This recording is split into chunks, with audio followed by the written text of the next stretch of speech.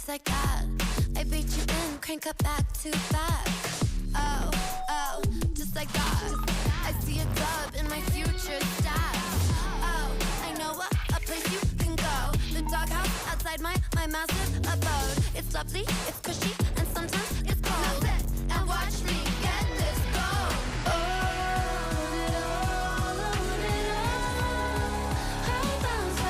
I just want it all. I just want it all. I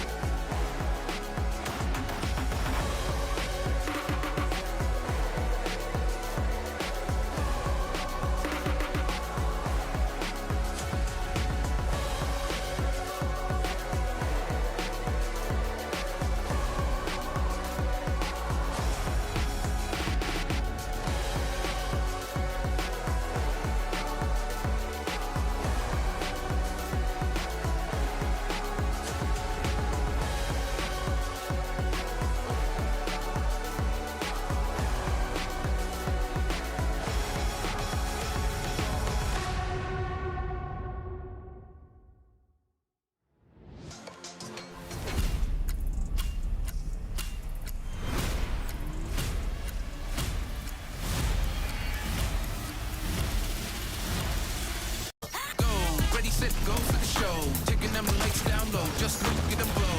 Line them all up in a row, we knock them all down to the floor. Down to the crush, everything easy to us. Now we're like, this is a rush, this is how we crush. Another high score going up. Nobody winning like us, we crush. Nobody winning like us, nobody winning like us, we crush. Nobody winning like us, nobody winning like us.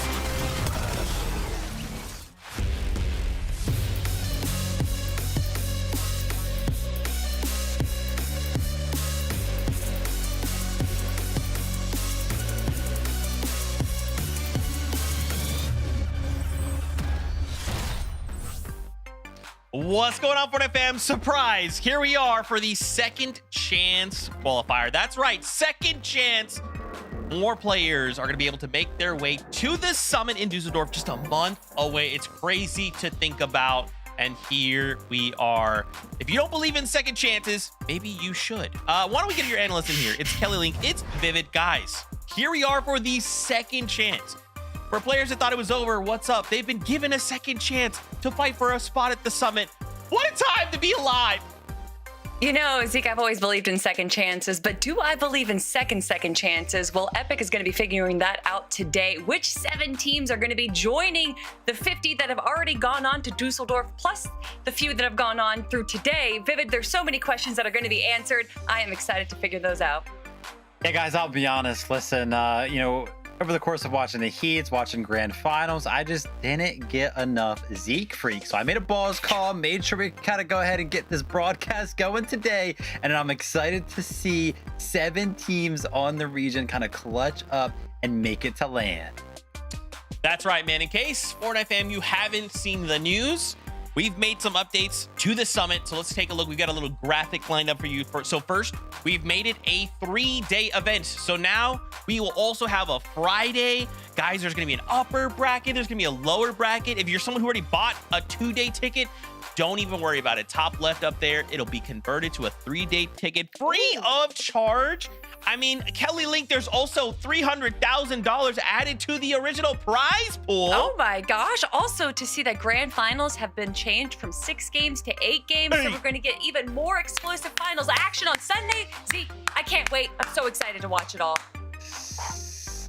Super excited. Cannot wait for the summit. Big changes kind of coming. Of course, Zeke, we have this little interesting opportunity here today, this second chance qualifier. We, of course, did just watch those grand finals over the course of the weekend, but we already have 100 players that are qualified to the summit. And here are going to be all of those teams for anybody who needs a little bit of a reminder. Crazy stuff over on NA Central. We know, of course, Curve and Veno. Incredible performance there. We had some more qualifiers, Peter Bot and Pollo, Visual Braze, all names that we are very familiar with. Now, of course, these guys are like some of the best teams on NA Central, the region, which leaves us with the fact that they are already qualified for the summit, which means that they do not need to play today. So it kind of creates this interesting dynamic where 13 of the best teams on the region are already qualified and they're not going to be playing today. So the players that are going to be playing today have this interesting little opportunity to go ahead and clutch up while it's kind of not facing some of those top teams. But let's talk about that. Let's maybe break that down a little bit more, Viv, because you've got some stats for us lined up. So if we had to kind of talk about some of the stats for today, what are some of the things you're excited about seeing as we bring some of these up? Because, man, Kelly, Viv, there's some cool stats here for sure. Ooh, of course, looking at the FNCS finals appearances, having 320 under the 100 players that we already have. But I'm actually going to take a quick look at the bottom of this list right here, because players with 0 FNCS finals, 31. But players with 0 LAN finals is 93. So the consideration that we might have a player or a team that has not even been in an FNCS Grand Finals go to a LAN is pretty wild. Those finals appearances actually kind of match up with the numbers that we were seeing in heat. So the competition for this second chance qualifier is still going to be pretty fierce. Not to mention there's 38 Major 1 grand finalists here. Teams or players that kind of already had an opportunity to qualify to the summit. And we know over the course of the weekend, you needed to get top 13 to qualify to the LAN. But today it's going to be a little bit harder because you're going to have to get top 7. So are those returning players, are they going to be able to clutch up today? It'll be interesting to see. But Viv, how many points would you imagine we would need to clutch up to be in that top 7. Break it down with more stats. The numbers, man, there's so many numbers. Yeah, I kind of wanted to get a little bit of a reference point to see what we can kind of expect. So I went ahead, I took a look at grand finals that just happened this weekend, which had the exact same format with the placement and the eliminations. So if you take a look at it, the first row there will be NAC top 7 from just day 1 points. So that was going to be 262. If you go down a couple of lines, it'll be NAC top 7 from just the points that teams were able to secure on day number 2, right? That was going to be the top 7 threshold. As you can see, 262 to 294. Maybe we can kind of guess that it's going to be around like 280. And we were kind of seeing a similar thing over on EU when we took a look at the grand finals points over there as well. And then I also wanted to take a look at, Kelly, the biggest game that we kind of saw over the course of the weekend, which was 105 points. Just to kind of give us a little bit of a reference point to what we can maybe expect. Maybe teams are able to accomplish in like a last game needed scenario. You know, if we're talking about expectations and using EU as a reflection, I would love to see a team win 3 victory royales in this game or in this lobby, because Akira and Kurama were able to do that. So one team's got to be able to do that for North American Central, right, Zeke? Gotta make it like 4, right, Kelly? So that's the only way that we could do this. Well, you know what, guys? As we prepare ourselves, why don't we go meet up with MDF and Jacob PR, your casters for today. Thank you so much, Zeke. And one thing I know for sure, Monster, is today is going to be full of chaos. Just because those 13 teams that already qualified to the Summit Land are no longer in this lobby does not mean it's going to be a cakewalk at all. No, definitely. I mean, we have teams that we're definitely going to be keeping an eye on, one of which might just be fully contested. You have Bucky and Zen, right, Jacob? This is, of course, one of the many popular teams showing up this weekend. One of the more exciting ones we want to be talking about. Yeah, this is a team. We saw them in heats. They did get a victory royale to qualify to the FNCS Grand Finals. Unfortunately, they fell a little short. Contested drops. That's what's going to do it to you today. They landing at Sandy Strip. So although they are going to be contested, Monster, it's a much better drop spot. And that kind of leads to the next storyline. If we know what Bucky can do in big moments, this is Zen's chance to shine. We all know him as the guy you want on your team in Zone Wars, but this is a moment to be the Zone Wars guy and move into an FNCS superstar. We got some highlights here. He clutched up a big solo win just to get to this lobby.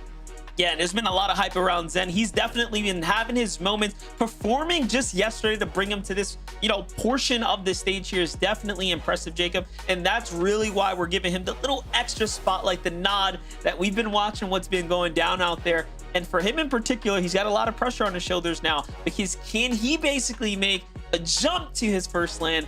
It's the real question here, Jacob. Yeah, there's got to be a lot of questions as the day goes on. A lot of them will be answered quickly. A lot of them will take the full 6 games. We'll catch up with you guys later. Back to Zeke, Kelly, and Vivid to break down the rest of the teams.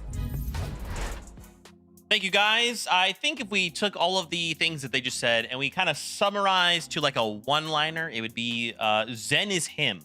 Okay, let's take a look at the lobby list. Who will we be seeing compete here in the second chance qualifier? Here's a look at the first 25 names. Let's go ahead and start with Iamso and Josh. So here we are in the second chance qualifier. This is a high profile duo, right? I mean, like, there's just no way these guys don't end in that top 7. Oh, well, I mean, don't jinx them, Zeke, my goodness. But yes, Josh and Iamso, as far as it goes for accolades and everything, they're probably the most notable team that we have in the competition right now. Landing over in Storm Station, which is where we saw Acorn and Bolts land over there. Obviously, they have tons of real estate. They have a lot of opportunities for rotations with the static launch pads.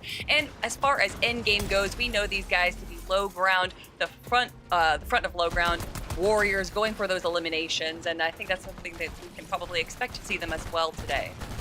Yeah, would love to kind of see them control the low ground. I think we saw a lot of teams kind of find that position to be successful over the course of the weekend. And if we take a look at who actually won grand finals, Curve and Veno, this new formation of teams that's kind of hit the spotlight when it comes to Fortnite competitive, where you take a vetted player and pair him up with like this young gun who can really find you all of those eliminations. This is kind of like a similar team, right? Iamso, that vetted experienced player, and then you have Josh, who's kind of expected to be the mechanical player, the young player who can kind of find this elimination. So as in terms of forming of this team, they've got the right building blocks here to be exciting to see if they can clutch up and get top 7, but they are looking like favorites. Oh, love to see that. why don't we talk about the next duo as we bring that lobby list back up. So this duo actually newly formed for the second chance, right? It's actually Kingling and Craze. So coming into this stage of the competition, making it here, now with the second chance on the line. Being newly formed, Kelly, do we think this duo can take it all the way? Can they end in that top 7? Well, when you say newly formed, we have to add the asterisk to it because they've actually played together going all the way back to the start of Chapter 7, Season 1, and they had relative success. But obviously, they broke up, and we had Kingling go play with a Thief, where Craze ended up playing with Booga, and they both did end up making it pretty far, but unfortunately not able to qualify themselves to Dusseldorf. But when I look at this duo right now between King and Craze, what I think of is explosiveness, Vivid. I can expect a lot of craziness from the mid-ground, and honestly, they're probably going to be going for height. Maybe sometimes they're going to be going on the low ground. Can't really predict from this duo. Yeah, flip the script. Forget everything I just said about Yamzo and Josh and the spotlight of experienced and a young, newer player, because this team, I gotta tell you, looking at their FNCS finals appearances, they only have a combined number of 8. So both of them are gonna kind of be like new to these sort of lobbies. I will say though, you know, usually when we take a look at new players entering the light of like a fixed lobby like this, usually the toughest thing for them is Storm Surge. However, taking a look at their drop spot, they are going to be uncontested with a ton of teams around them that are going to be contested. So there is actually opportunity there for them to go ahead and conquer Storm Surge. So yeah, I think they're actually looking good today.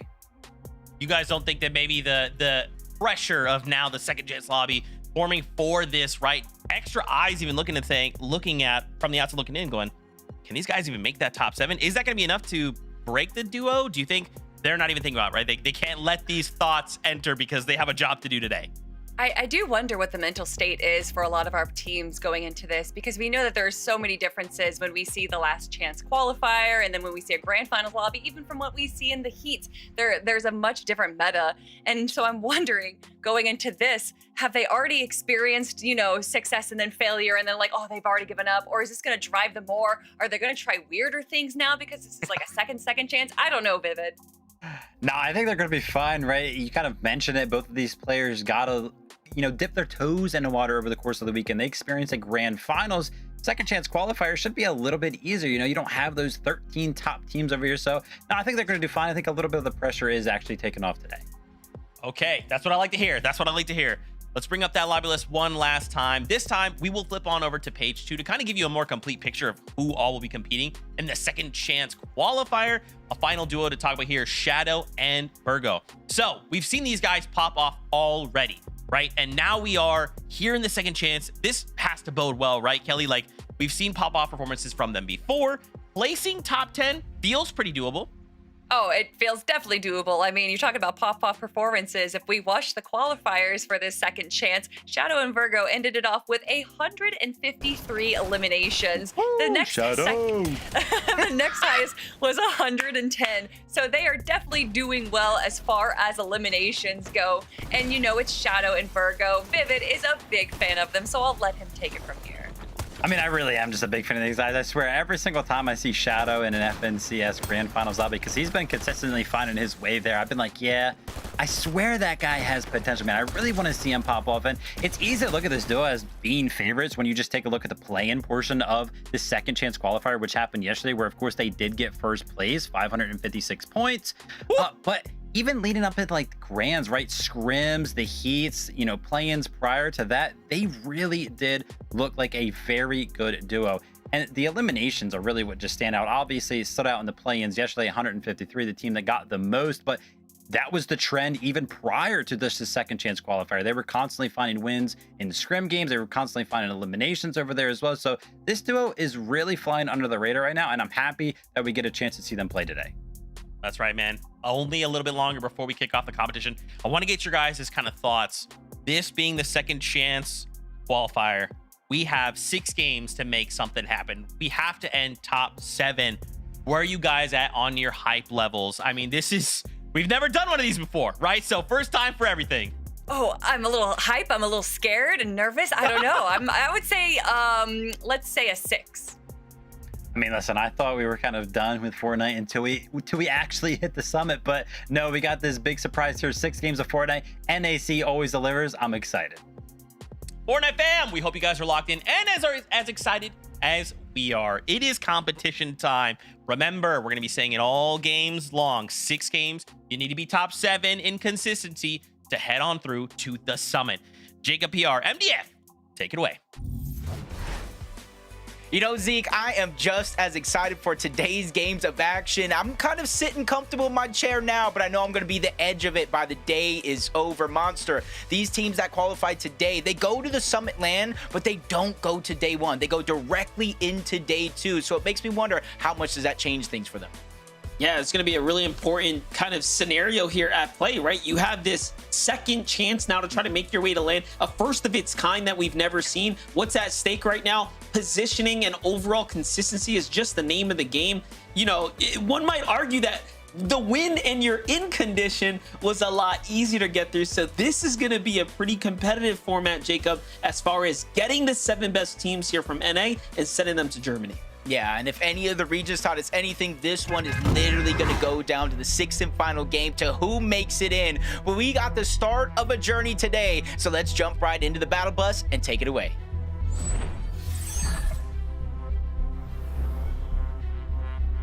All right, Jacob.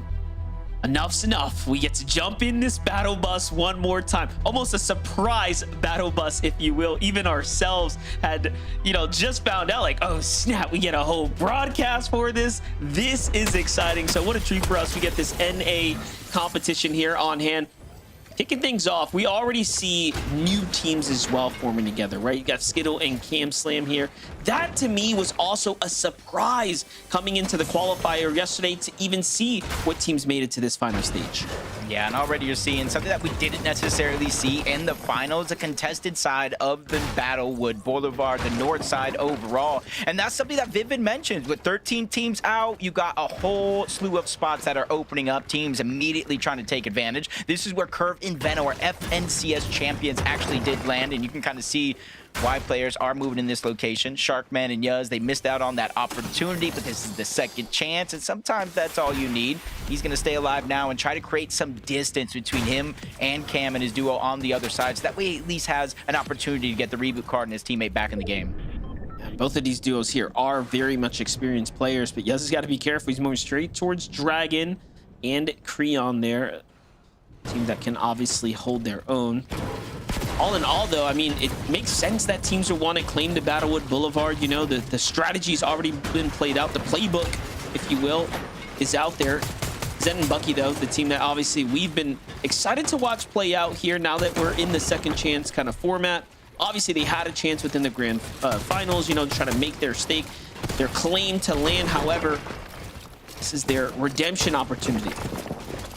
And I know we kind of see a lot of contested fights. Sometimes they go head-to-head just like this. Other times, try to disengage on out. Sandy Strip, in theory, is going to be big enough. But Bucky said it himself. We are fighting here. No matter who lands here, 2 teams, 3 teams, heck, you can send the whole lobby. They're ready to duke it out. And already you kind of see shades of that happening. Bucky trying to get a whole nother angle. This is where things might slow down just a little bit because the material count. That's a whole different level of confidence when you're able to push in, take control of the pieces, and try to go for some big shots. And Bucky right now has a lot of those materials for the duo.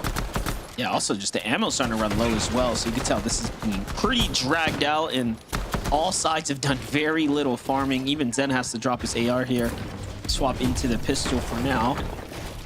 Meanwhile, Bobby and Kicks just playing ultimate low here, trying to buy some time, trying to maximize whatever material counts they can get. Tough spot to be in if you're Bobby and Kicks. Better spot for Bucky and Zen, who are kind of dictating the pace here. And I like this idea. They're not necessarily disengaging in terms of like leaving the actual POI altogether. They realized what's happening and how their opponents are playing that fight. You don't want to stay stagnant in this position, not being able to farm up and to loot. So Zen and Bucky, they're just going towards the outskirts of the actual POI, getting some extra loot, but you can see they keep looking in that direction, Monster. They're ready to fight it if it still comes down to it and if that opportunity opens up. But as that one slows down, we go to the other side of the map where Yamzo and Josh. Yamzo for a while now, community talking to him. He's the future of Fortnite. He's that guy. And then he teams up with Josh, who honestly, him being here, he got that PC from Click, so you almost got to thank him for getting this big opportunity here now playing with Yamzo. They have been lighting up the leaderboards, and honestly, I would be surprised to not see him at the Summit Land. Yeah, and then you have the Josh Ricin signing as well, right? So a lot of good things happening for the duo. At least now we get to see how they perform. That's, I mean, honestly, an easy shoe-in here for top 7. As is, I feel like Shadow and Virgo, right? There are definitely some teams here that are strong, very, very strong duos that we expect to do well. It is just going to come down to a matter of can they step up to the expectations the community has of them.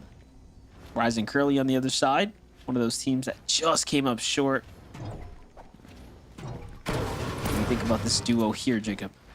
I like it. For, Rise, we've seen him around FNCS for years. You probably longer than me. You've been a mainstay on the broadcast for quite a while. Just coming into this, he hasn't had the best teammate options, but it almost goes to show like his passion. When he's passionate, when he's dedicated and putting the time in the game, he has some good duos. He has some good chances, but when he's not, that's when you see his slip up. I think this Rise is passionate. He's dedicated. He's playing with Curly. Again, we talk about the experienced players kind of playing with the new guard. That's another example here, and they're uncontested this time around, so I do have high hope for them, especially Rise being one of the better IGLs in the region overall. But you're seeing how this one's playing out. The zone is kind of pulling these teams towards the south overall, maybe the center of the map. And so for the teams that are landing on the outskirts, they're more focused on rotating in toward the zone, gaining some scraps. You see Yemity here along with Avenger. They are missing a ton of metal, which is one of the most precious resources that we have. And this is kind of the name of the game. Stay away from those early game fights, keep your surge intact, and just trying to figure out what fills the rest of your loadout.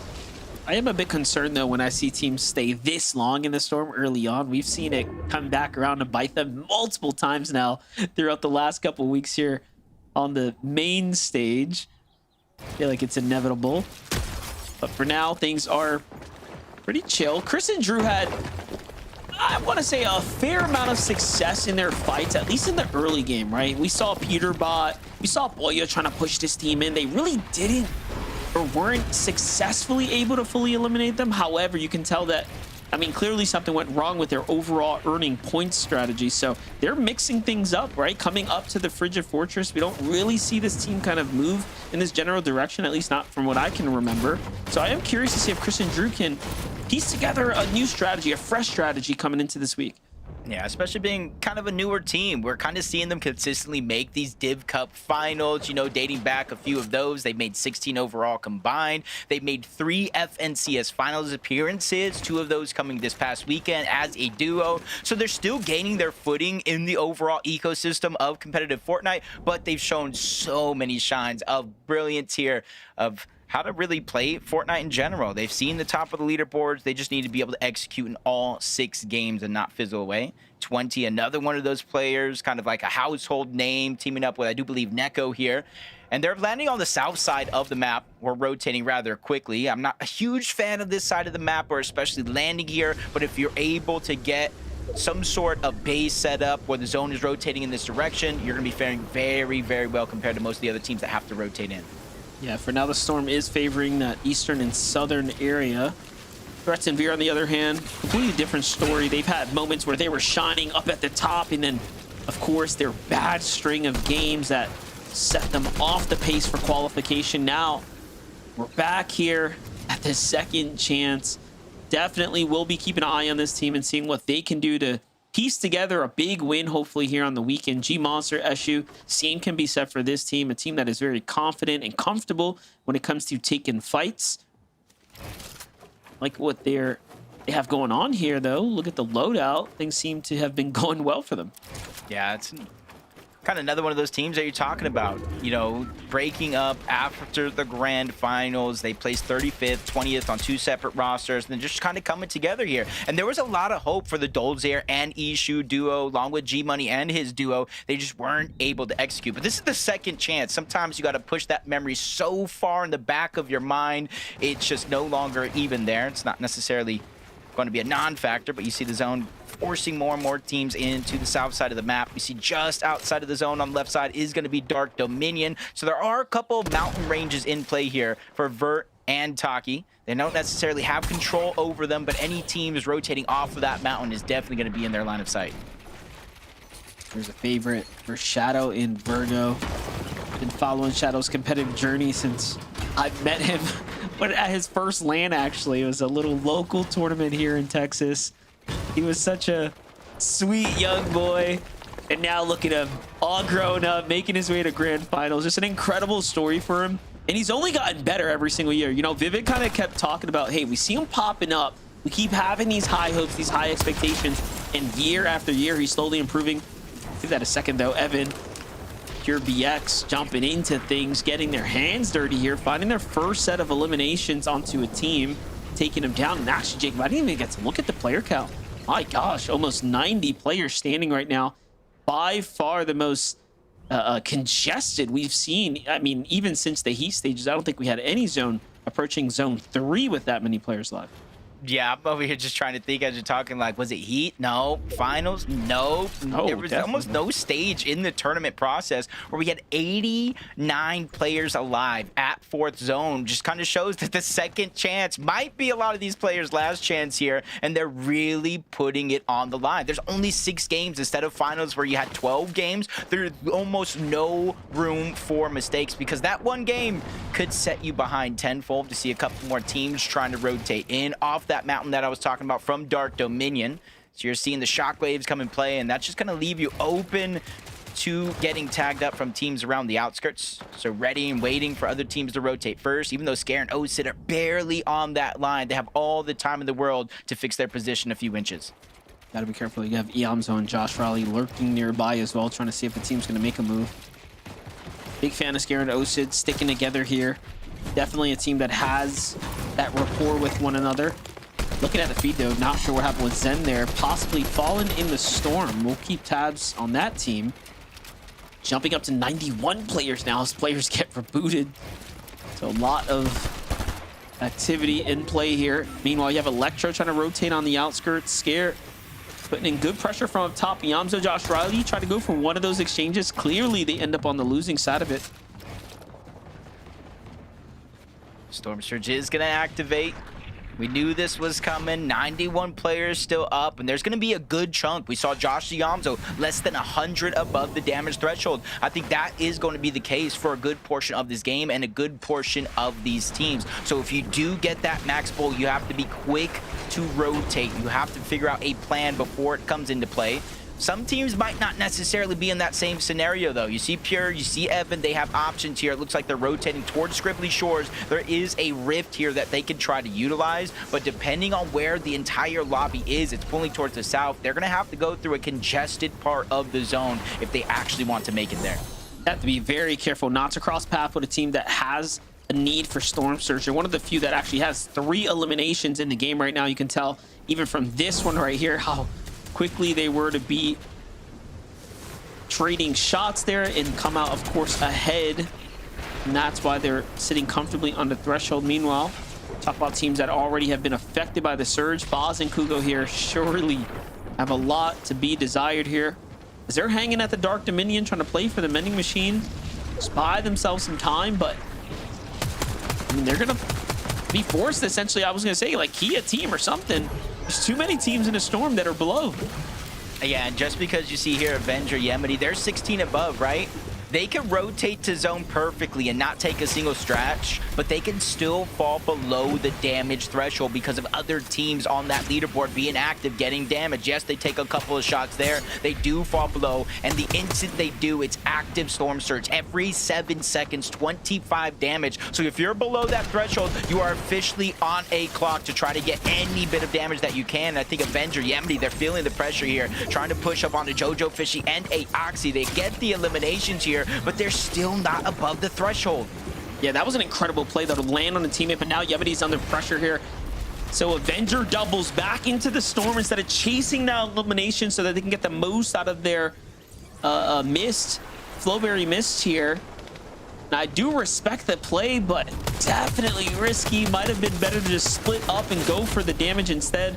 Avenger with a desperate shockwave and spray and pray there, but it's just not going to be enough now. 99 damage below.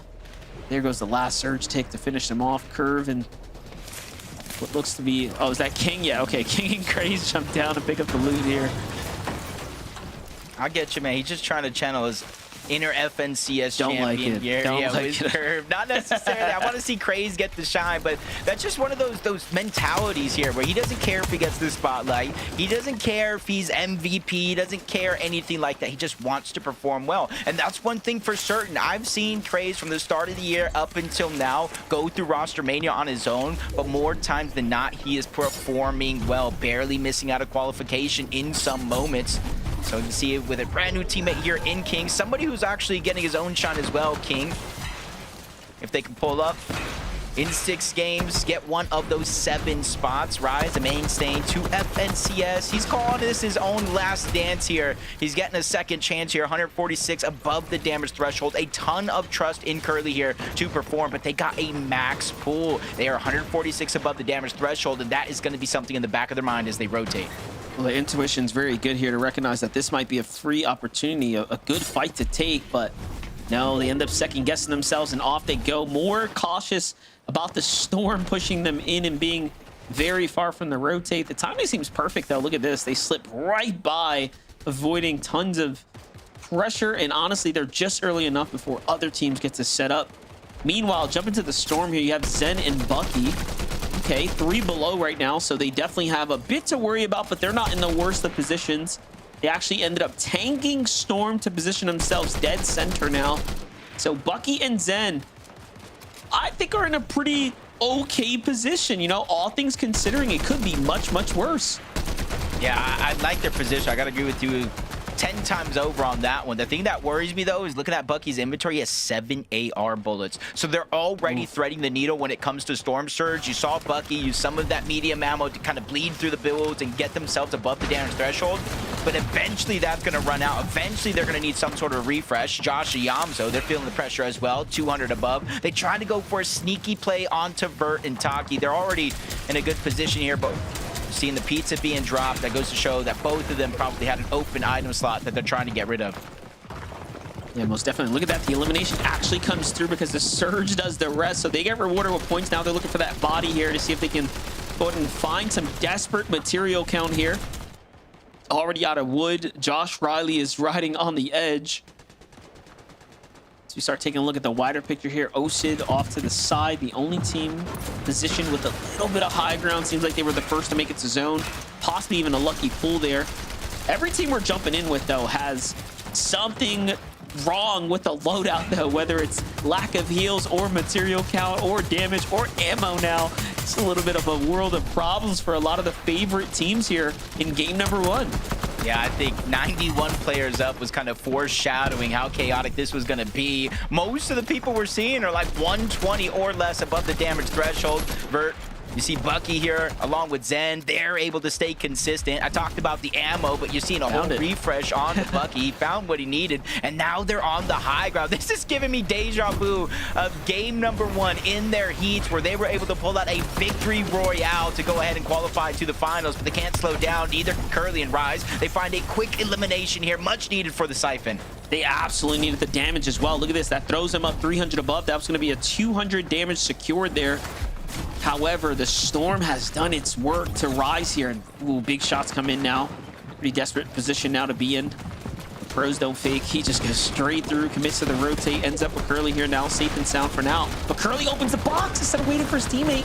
Whoa, whoa, whoa. A little bit risky there. Now 2 teams on either side, and Curly's down. But a Flowberry miss comes in. I don't even know who dropped that one there, but Rise is happy to soak it up. He just needs some damage here, 257. He has no heals. He cannot attempt to out-heal this. 6 players need to go down. Storm Surge will turn off. He's really down to 1 last minute, 214 below the damage threshold. He's really hoping and praying that either somebody makes a mistake or other teams look to get aggressive to try to pick up those points. Can only really take 3 more ticks here. 4 more players need to go down, and this is where he's trying to break through the walls, find any opportunity he can. Players up above and down below, that boxes him up. That toe zone, that scare, that get the elimination and take Rise out of game number 1. Yeah, they catch him with a quick edit there. I see CDZ and Raven still alive as well here coming into this end game. Now look at the difference, though. Bucky, Zen in full control of the high ground. Storm Surge no longer a problem for them. And this is an optimal position to be in. They also have the win condition, a fresh pizza box, couple splashes. This is a lot to work with here for Bucky, but first, you gotta just make it through this next couple of zones here. Trying to conserve a little bit of material. They go with the shockwave. And hey, we hyped them up for good reason. They might just be walking their way to their first win here, Jacob. Yeah, this is Zen's chance right now. Talk about going from just a regular old Zone Wars player that has a good reputation to a superstar in FNCS, in BR. They're one of the only teams on the high ground. Doesn't look like anybody's going to go up and try to contest them. Maybe not yet. There goes Stiff, Eulogy, Shadow, Virgo. Yamso's left by himself, so he's not going to go for it. Josh gets eliminated. The last splash is going to be used. He makes a mad dash in, but with only 4 builds left, Yamso is going to need a miracle because it's only the top 19. That's how stacked this lobby is. Barely any placement points so far for everybody's efforts. Yeah, that was a full desperate push for Yamso and Josh there. They try to just solo into a box and unfortunately get crashed on, and they needed that refresh there. So look at this. Bucky, Zen going back at it, but look, that ultimate high ground hold here has cost them so much. Yes, they're earning the placement points, but now they're starting to run out. They weren't able to get the refresher, not like Threats and Veer are doing here. 5 eliminations now. Things are starting to rack up for the team in the mid layer. Yeah, they're almost to halfway in the placement points. They got elims and another one added to the total. Evan goes down. Threats immediately finds back-to-back eliminations here. A third opportunity there, but they realize it's mainly focusing on getting to zone. That should be the plan. Stay away from all the danger. Jace goes up. Liam as well. Bucky and Zen, they're just nowhere to be found. Up until now, they said, hey, you might take our high ground, but it's not going to be for free. Can't respect Jace's play there. Jumps into the storm for a little bit, tries to buy himself some time. Liam still, and the end will control the high ground. And now Liam just takes a glance around, makes sure the coast is safe, and it surely is. And he's up top, and he's actually so gapped between him and the rest of the competition. He's got nothing to worry about. Down he comes here. Zen's still alive, though. Clutching up to top 5 there in the end. It's Shadow who takes him down. So you have Shadow still alive, too, playing this out as a solo in the mid layers. But this win is looking like it's going straight to Liam and Jace here. I'm just trying to figure out where's that solo at. Cam behind enemy lines. This could be a thorn in the size. He looks to shockwave in, makes a play onto Liam. First shot's gonna land, but unfortunately he falls all the way down below into the Lion's Den, where 20 Neko look to try to get this elimination on the solo player. They know he's by himself. That's 4 points. That's a refresh. Everything they need, but he falls just a little too short. Virgo gets the elimination. Shadow as well, joining hands. It's almost looking like a 2v2, but Cam is still alive. Yeah, definitely, and they want these extra positioning points here, and of course eliminations to go with it. Shadow and Virgo get crushed by Jace and Liam in the end, and just like that, they win with 8 eliminations, Jacob, and really it could have went either way. No, it definitely can. It was looking like a Bucky and Zen game for a good portion of those ending moments, but they ran out of builds. They invested everything early, so Jace, congratulations along with Liam. Game number 1 has never looked easier, Zeke. Right, Jacob BR? This is the momentum we need to get ourselves started here in the second chance qualifier, right? With only 6 games available, we need these big pop-off games immediately, right, Kelly? To start, to get game 1 and go ahead and say, you know what? Little VR, sprinkle some 8 elims on top. Pretty good.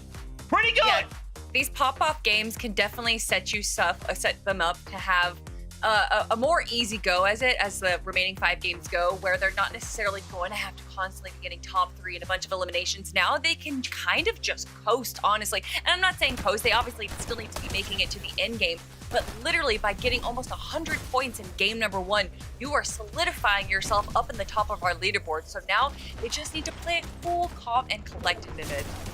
Yeah, they have a huge jump start on the rest of the competition. And I gotta tell you right now, this is looking awesome for Liam and Jace. Jace is actually one of those players who has never qualified to a grand finals before and is now a front runner to go ahead and qualify to a LAN before a grand final. That would be great to see. Yeah, just a classic game there, right? We keep saying it time and time again on this region. A little bit of a late high ground take wins you games. Dude, super late, right? Like 10th, moving, flipping on over to 11th. I mean, you know, we saw it all grands long. Height is a path to success, right? So I'm excited to see how players adapt because, again, we only have 5 more games in this second chance qualifier. players need to do everything they can to take advantage of it. Now, with that being said, that was just game number 1. We got to go to a break. When we come back, we start to prepare ourselves for game number 2. So we'll see you real soon.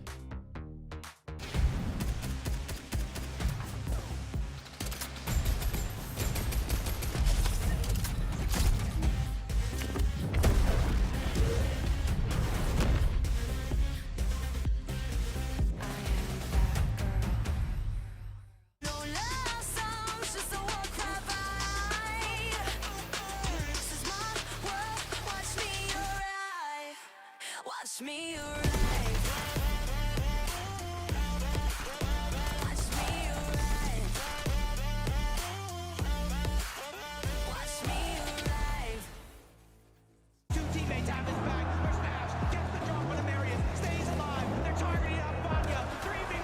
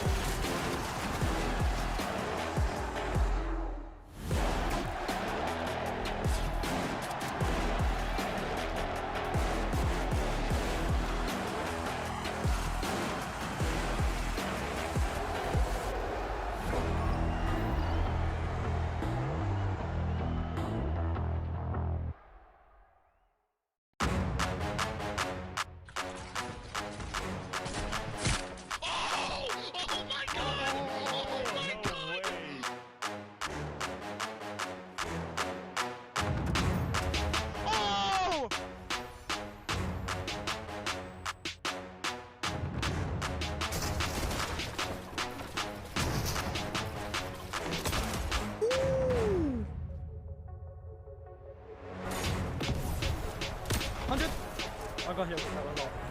I'm popping a med bit. Wait, short. Got 6 builds? No, max up. Wait, if you're med, wait. 100! 100! Oh my god! Oh my god! Oh my god! And I don't know how to feel about it. You're not used to losing. Getting beaten? Not like this. These players are just so locked in. Could it be the milk? It's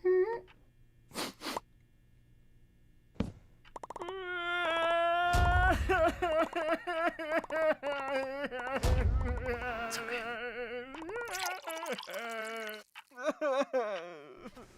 Stay there.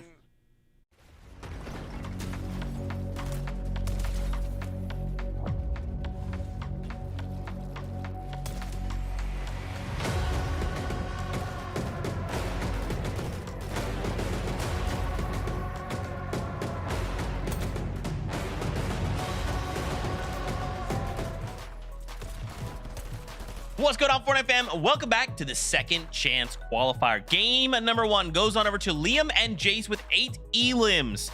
But now with 5 more games to go, we have to kind of start looking at not only the leaderboard to kind of start talking about what's going on, but maybe start making some informed decisions, because with only 5 games left to go, you know, Kelly, there's only so much room, but still, it's all good, right? As we kind of start to take a look at the standings and kind of see what we saw in that game, Bucky and Zen kind of making some moves there, Kelly. We saw them on the high ground for a little bit. I was like, okay, all right. I like what I'm seeing. Big moves coming from Big Bucky, of course, on high ground there, is taking it a little bit early, around zone 8, if I'm not mistaken, is when they looked like they were going to be taking it. And they were able to control it for quite a while, but however, it was Liam and Jace that went to go steal height and kind of put the foil into their plans. But you can see right here, Bucky and Zed going for that early rotate into the front zone around zone 7 to kind of take this early height, what we saw Clix and Higgs doing a lot during the grand finals. And then once it went to zone 8, zone 9, kind of solidifying the control of it. However, just not able to hold on to it for the very end, but still doing a pretty good job with it at the start of endgame there. Yeah, they just play those early zones very, very well, right? 6th zone being one of the pivotal points for this team here, because they were actually struggling with Storm Surge, as was every other team, by the way, because at one point it was like 4th, 5th zone, 91 players alive. So very, very tough for a lot of our players to actually handle Storm Surge that game. But Bucky and Zed made the most of it. 6th zone right there, were able to kind of get all of their damage needed from all those players kind of rotating over towards Sandy Strip. But yeah, some higher ground identity from Bucky and Zen early on. Would love to see them consistently kind of play for that and hopefully keep control of it next time. All right. We got 5 more games, right? They can make it look clean, right? And if not, we did see Zen pull off a couple solo performance or solo clutch rather there. So I'm excited to see what else they got for us. Also wanted to highlight Threats and Veer. Honestly, a strong starting place. They ended that game in 8th place with 8 elims, but they're currently sitting in 3rd place, right? I mean, we just string a few of those kind of consistent games together. And guys, we could be looking at a top 7 qual. Yeah, you know, we got to see some low ground teams from like Shadow and Virgo were in the low ground there, 20 and Neko as well. But Threats and Veer was really impressing me on the mid ground. They did a really good job focusing on like good angles, taking some shots on the players running down below them, getting those eliminations, just like what we're seeing right here, as well as also just peeking up on height. I noticed they did. But of course, eventually their run is going to end, and the mid ground has to be one of the most dangerous places you can kind of just be hoping to grab a few good eliminations. So still, by having that many eliminations, they are going to be sitting themselves up in 3rd place right now. So it just goes to show how important those eliminations are, Vivid. Yeah, incredible work from them. We actually saw right there, they only had 1 elimination going into the moving zone. So finding a lot of those refreshes in the mid ground, like you talked about, was the only thing really keeping their game alive right there. And, you know, I can't lie, we've kind of seen a trend kind of happening with high ground. It gets a little messy. So these teams that are able to do well from the mid ground, from the low ground, I feel like they have a real big edge up on the rest of the competition. So look out for Threats and Veer to continue to do well.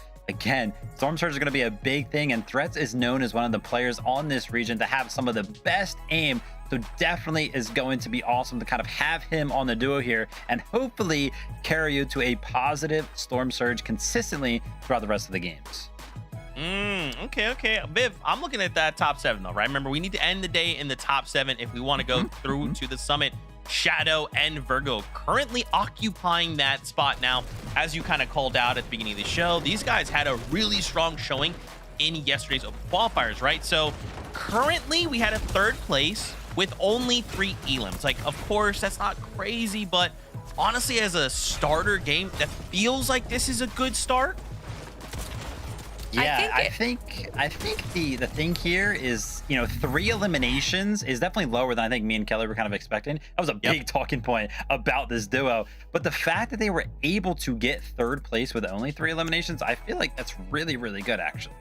Yeah, if you looked at even before where we were at the very end there, they were kind of in shambles. So to be able to survive that long and still get some like eliminations, I love to say it, the pro players that really separate themselves from the rest of the pack, it's not doing right when everything's going well, it's doing well when everything's going wrong. And I think that they kind of exemplified that really well in that game. Shadow and Virgo didn't really have much for the end game, but still able to make it into 3rd place. Okay. I also want to take a look at the leaderboard right now. Josh and Yamzo currently in 18th place. They actually ended that game in 18th with 2 eliminations. A little bit of a slow start for the duo, but I mean, this is Yamzo and Josh, right? Like, we just need one of these super strong games to suddenly be back in contention. And I think with 5 games left to go, Kelly, that's going to happen, right?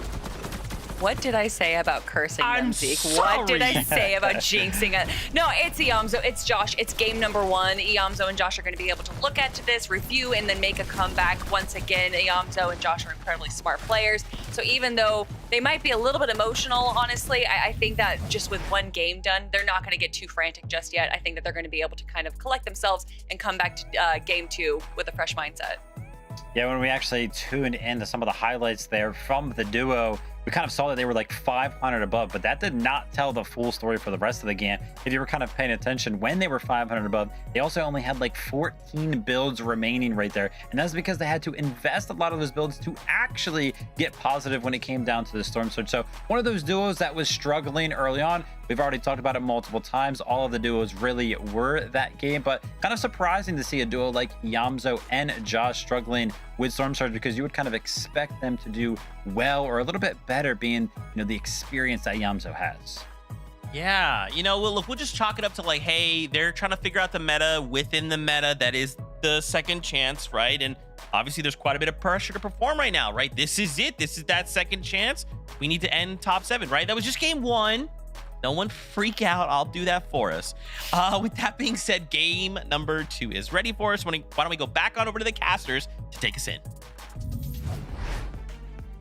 Yeah, definitely. I think the pressure to perform is real, but hey, the hardest part of the tournament's over. You put your feet on the battle bus and you got through game number 1, right, Jacob?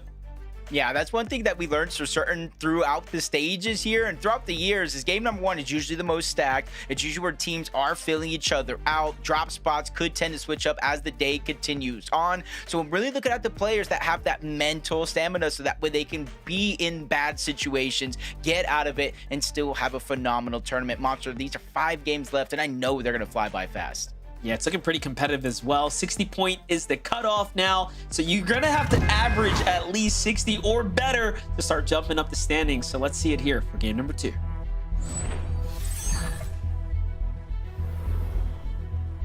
Like Monster said, 64 point Shadow and Virgo as of now is going to be the line, and I'm going to continue to follow that as the day goes on. But a nice win by Liam and Jace, 97 points. They were able to get 8 eliminations as well, and that's one thing that we learned throughout the grand finals in general is eliminations can literally carry your point threshold if you're not necessarily consistently in the top 8 or top 5. Yeah, that's the thing. Elims are the literal game changer, you know, all things considering. Talk about such Skittles just catching Yuz out the sky here before he can even touch down. Sharkman gets tapped a few times as well, so a huge set of damage already swinging in their favor.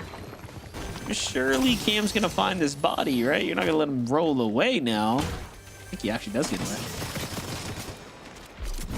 They spotted out Sharkman as well. No real shields on the Sharkman. Does find the medkit to at least get up to 100 HP, but not sure how that one's going to last or how long it's going to last. You were right. They do find Yuz, though. So Sharkman officially by himself.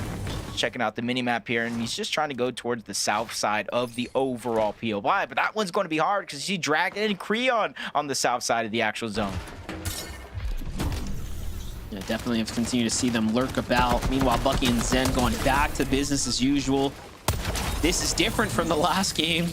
No standoff this time around, so Bucky and Zen have confidence surging right now as the stronger team at the Sandy Strip. You know, they might have questioned themselves last time around, allowing Bobby's team to just base down and force themselves to sort of disengage and give them half of the POI. Not this time. And do remember, because they did that, it cost them a lot of ammunition, right? They actually just decided, okay, we're just going to go ahead and do what we need to do on this side of the drop here, and they let the team live, but now they have this advantage here to work with. Yeah, I like how they're not necessarily getting greedy either. They know Kix is in the POI somewhere by himself, but depending on what he looted up to start out with, he might not have a gold. He might have to go for that reboot card, so they have all the time in the world. Around Sandy Strip, let's pick and choose what they want to do. Josh and Iamzo landing at the top side of that mountain. They instantly loot up a couple barrels, a couple chests, then dropped out here. And that's one thing we saw throughout the heat, throughout the last chance, throughout major finals, is that launch pad back here is so valuable because it does allow you to dodge a lot of the mid game, but while you're dodging shots, you're dodging opportunities, and I think that's one of the focal points of why Josh and Iamzo were low on surge going into the end game. Yeah, the thing is, you could play it either way. You could play it late for rotates. You could play it early for aggressive landing on different teams. So let's see if they make some adjustments. 20 help, just listening to a team nearby. Try to set up the ambush. Unfortunately, that team does not walk into the trap here. They end up exiting out the back. I'm going to get to fishing here. You can see from the bird's eye view, there's a lot of loot to be had here. Matter how they want to approach the situation. You know, do they want to get surged? Do they want to rotate out? Jump on board. Rise by himself. Currently forced to get rebooted. I was about to say no down just yet, but he at the last bullet from Kiffy, he does actually get the elimination. But it's gonna be a 1v1. Almost wish in that situation, Rise maybe should have shockwaved up a little bit sooner to stop him from actually getting clean cut shots onto Curly. But with the knock already there, he's just going on the chase. And the longer this one goes, it's not only gonna be hard for Kiffy, but it's gonna be hard for Rise's. Wait, the other team? That was the other team. Or wait, what? There was a duo in the distance. I'm not sure because I was looking at the feed. Wait, it looks actually, like he went down to him. I am at a he loss just for back words. out. You know what? We're not even gonna talk about it. Something happened. Rise is alive. Curly's alive. We got to keep going. I'm someone who loves to talk a lot. I'm not normally left speechless, but that was a moment there. After today's Games Monster, I got to go back into replay, figure out what happened. But Curly Rise potentially getting blessed there, because getting a revive is a much different story than having to get the reboot. The audio would have given away your position. So Rise and Curly, if there's any moment in a tournament to pinpoint a miracle, that might be one. Let's see how they go with the rest of this game. Is Threats and Veer. Good start for them as well, but tested this time around. I'm not sure if it was to start this one up or is somebody lurking in that direction. That is going to be Traps and his duo, and it doesn't look like they're making a lot of noise, so this might be a lurk play going on. Oh, yes, it is. I like the lurk play here. Not to distract us too much, but in my head, I'm just picturing his power just shut off. Like, just at the worst time. Oh my gosh. All right. Electro, Oak still alive here. You know, they had some success in the heats, right? Even in the finals. So kind of the back and forth with Electro, Oak. They are a team that can definitely hold their own in the early game. Playing into the wonky line. Okay. Definitely appreciate the confidence to go for a tier 1 drop here.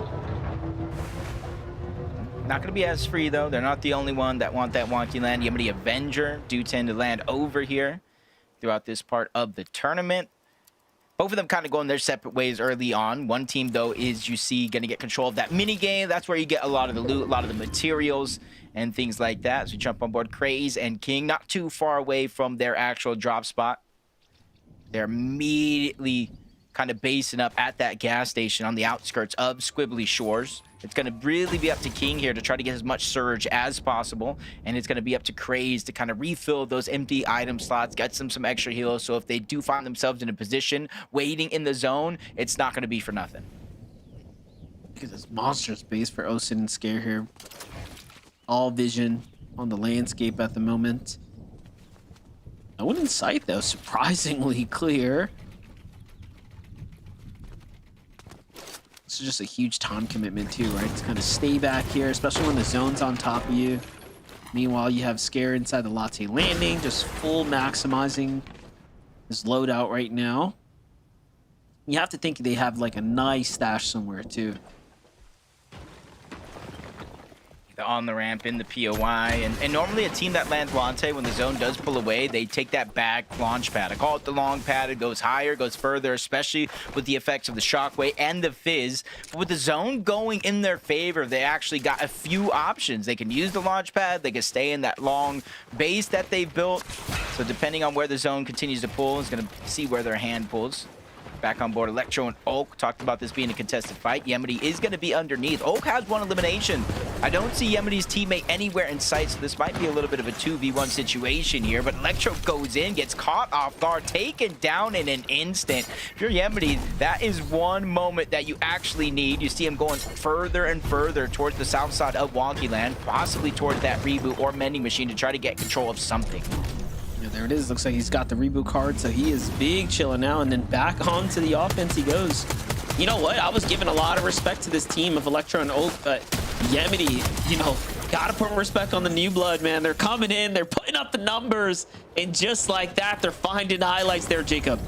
Yeah, slides in the box, gets the elim, making sure that they don't get to touch the reboot van, but that's a lot of noise being made from the first attempt to this one. HQ encrypted. You see Aoxy and Jojo Fishy in the distance.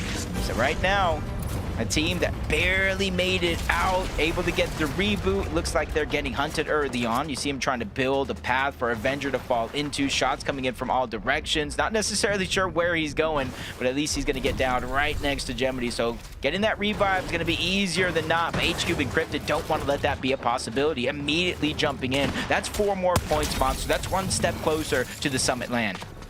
Yeah, good read there from HQ2. Encrypted just to kind of wait this one out, being super patient, but once the opportunity presented themselves, they pounce right into the box.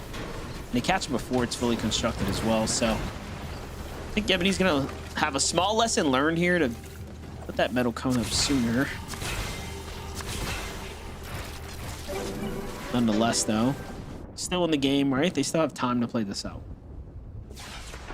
Rage Human Cryptid now, even with the zone pulling away, they just been gifted a second option here. Instead of typically rotating in, now they're going to be able to use that wonky wheel. But there goes Electro, just making that mistake, overstepping his boundaries. When you have a 2v1, sometimes you just got to play your numbers as best as possible. Raven and CDZ over towards 4 Fields. You know, we actually did get to see them not only qualify to the FNCS Grand Finals, but play in the Grand Finals as well. They played kind of drop spot roulette, landing at different spots on the map. They were definitely crushing dreams along the way there, and there's another moment as they get a clean elimination on Kale. That's going to be a full wipe because no knock comes into play, but that's a bit of noise that they made as the second team is strolling through 4 Fields. Yeah, it's pretty clear that Raven and CDZ are like right in between, you know, that they got to just learn how to close that gap between where they are and catching up to those tier 1s, right? In Grand Finals, they got a full sample of what it's like to fight a Peterbot and Boyo under the most stressful kind of set lobby settings, you know? And obviously they came up a little short, but they're looking sharper than ever right now. Last game, they did earn just ever so slight amount of points, but they were getting really close to that end game. So they could patch things up. We'll see a lot of good things continue to develop there. For 20 and Help, this is a team that obviously is off to a very hot start right now. 68 points, kind of leading the charge here for the line of where you want to be for your qualification spot. Take a look at this. From one fight to the next, it's up to Magma and Sleepsy. Okay, so this is actually a really good team. Raven and CDZ have to be careful here. Yeah, but they got that one elimination. I was careful as you think. Slepsy going down. And that was a needed elimination. No HP onto CDZ and Raven. With that, they get splashes, they get pizza. That's a huge pick-me-up. And they don't even necessarily have to stay. There's a solo around this part of the map. You see Bolt and his duo around this part of the map. So they can't easily try to disengage. But the longer and longer they take, the harder and harder it's going to be to rotate out safely. You can kind of see on the outskirts of the minimap, Magma trying to run away. CDZ and Raven hot on the heels, but CDZ takes a monster of a shot. You see that that's doing to their Storm Surge. They were over 100 above. CDZ taking that shot puts them a 95, so continuous fight might be good for the leaderboard and getting points, but depending on how much damage you take, it may not help your case in terms of Storm Surge. Yeah, I'm thinking now maybe, I was going to say maybe you have to finish this, but they feel differently. They're thinking to themselves, all right, let's not mess around with this Storm right here. Let's just get on out, replenish some of this material count. Look at how much it's cost them here playing so aggressively. But the biggest loss here is surely the damage. Oh, look at that. A little bit of leftover loot from previous team's pass. That's how it ends up playing out. It's Raven with a side angle. Catches that play before you can even react. On the high ground looking down is Taki and Vert here. A Frigid Fortress in full control right now. This is a great spot to be in, too. Look at the congested amount of duos starting to land in here. And what I like to see so far is not only that, but like 2 different zones so far. You know, sometimes we do see tournaments where in 6 games, maybe 3, 4 of them kind of all go in the same direction. Game 1 goes towards the south. Game 2 looking like it's going towards the north. So really keeping players on their toes. As Vixie, Sky, they rotate in towards Wonky Land. You see they already got 1 knock on Avenger. Almost wondering if he was fresh off the reboot or not. Either way, you see them trying to look and figure out where Yemity had went. Who returns back on over toward that mending machine, trying to get as many medkits as possible. If he has any hope, Monster, at not only getting Avenger back in the game, but both of them getting out safely to the zone, because we're already in the 5th, where once we go in the 6th zone, it is going to be a 5-tick. He has to act quick. He has to go now. There's almost no time left on his clock. Yeah, it's only going to get more and more difficult now to kind of stay in the game and end up in a position that's going to be competitive for yourselves. Looking at this, though, Soren's Shadow. And of course, Virgo right now putting pressure onto Threats. I don't see Veer, so this is really bad. If you're Threats, obviously, who's underneath the surge, you can see the lightning bolts coming up from above here. Pizza in hand will buy him some time, but he has no room to go ahead and pop it. And Temptation is going to kick in. You're going to see all that loot right there. Someone's going to go for it. Of course, Shadow and Virgo want it. That's a big loss right there, and that's almost been the story of Threats throughout Major 1 in the entire competition. You don't have one good game followed out by something that is below par. He had 68 points in game number 1, 8th place, 8 elims, and then they fall so far below the curve in this one. But again, 6 games, plenty of time to make up for it. Bucky and Zen. They already did that, you know, already performing well in game number 1, 5th place, 6 elims, and we saw their contested spot in game number 1. It was disengaged. They didn't necessarily fail well in Surge, but look at the difference here. 5th zone, over 300 above that damage threshold. They did get the elimination, so they're already picking up where they left off. Yeah, I was going to say, keep in mind, you know, this time they got that elimination. They didn't get tagged up in the early game.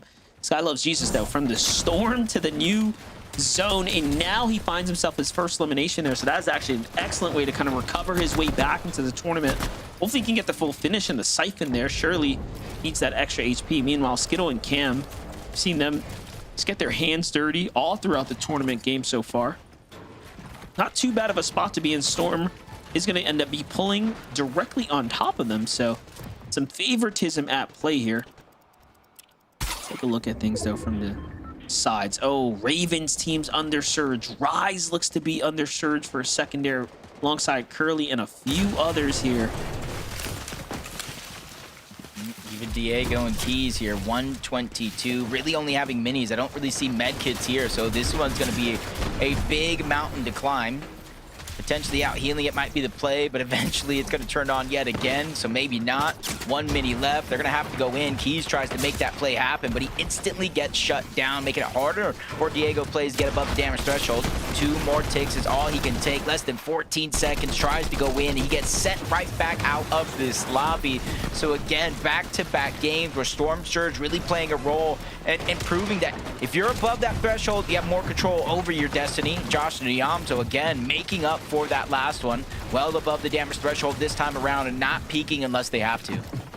Yeah, gotta play smart now, especially since they're doing well with the damage here, so no need to take any risk, and they're actually primed up right now. Plenty of ammo, heals, builds. This is the perfect spot to be in as you're approaching the end game with the 6 overdrive shocks on either of their loadouts, so this is perfect scenario right now to play for a win or at least a top 5. Looking at things from the top now, you still have Shadow Virgo in the game. You still have Jemini. How did he make it out the storm? I don't know, but I saw him catch an Elim in the feed too. He's just solo cruising right now. Meanwhile, Bucky and Zen going for a little bit of high ground here as they make the zone early, and they just didn't learn anything from the last game, did they? 36 builds, and Zen and Bucky are building for height. This is crazy. Yeah, this is one of those moments where you kind of look at it and it's like, yes, we got high ground, we're up above, and honestly, not too many teams contested them on the high ground until maybe 10th zone, 11th zone. They were out of build, no choice but to give it up. So it might be a good position for them to make it through these next couple stages of the game, but they're eventually going to have to drop down and get an Elim. 67 above the damage threshold for Craze and King here. 42 points so far. 12 of them coming in this game alone through straight eliminations, going to show how active the lobby is. Skittles and Cam, they were above the threshold, but in the next zone, they're going to fall below, and you're seeing their teeter-tottering, ping-ponging back and forth from 12 below the damage threshold to 130 above to instantly fall 51 below once more.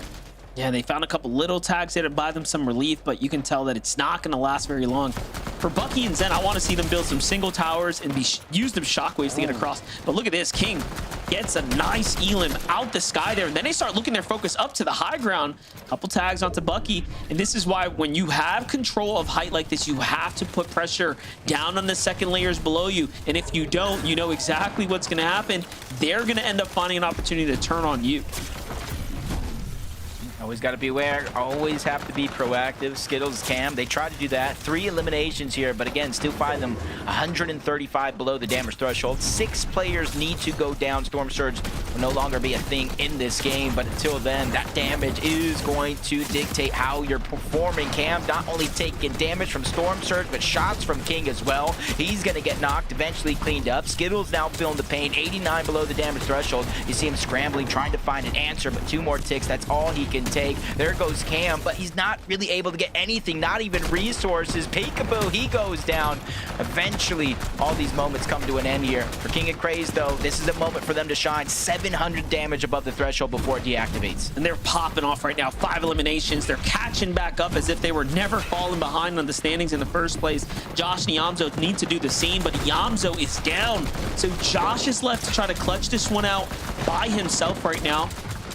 I look for other notable players still in the tournament right here. G Monster standing there in the distance as well, but All focus here now.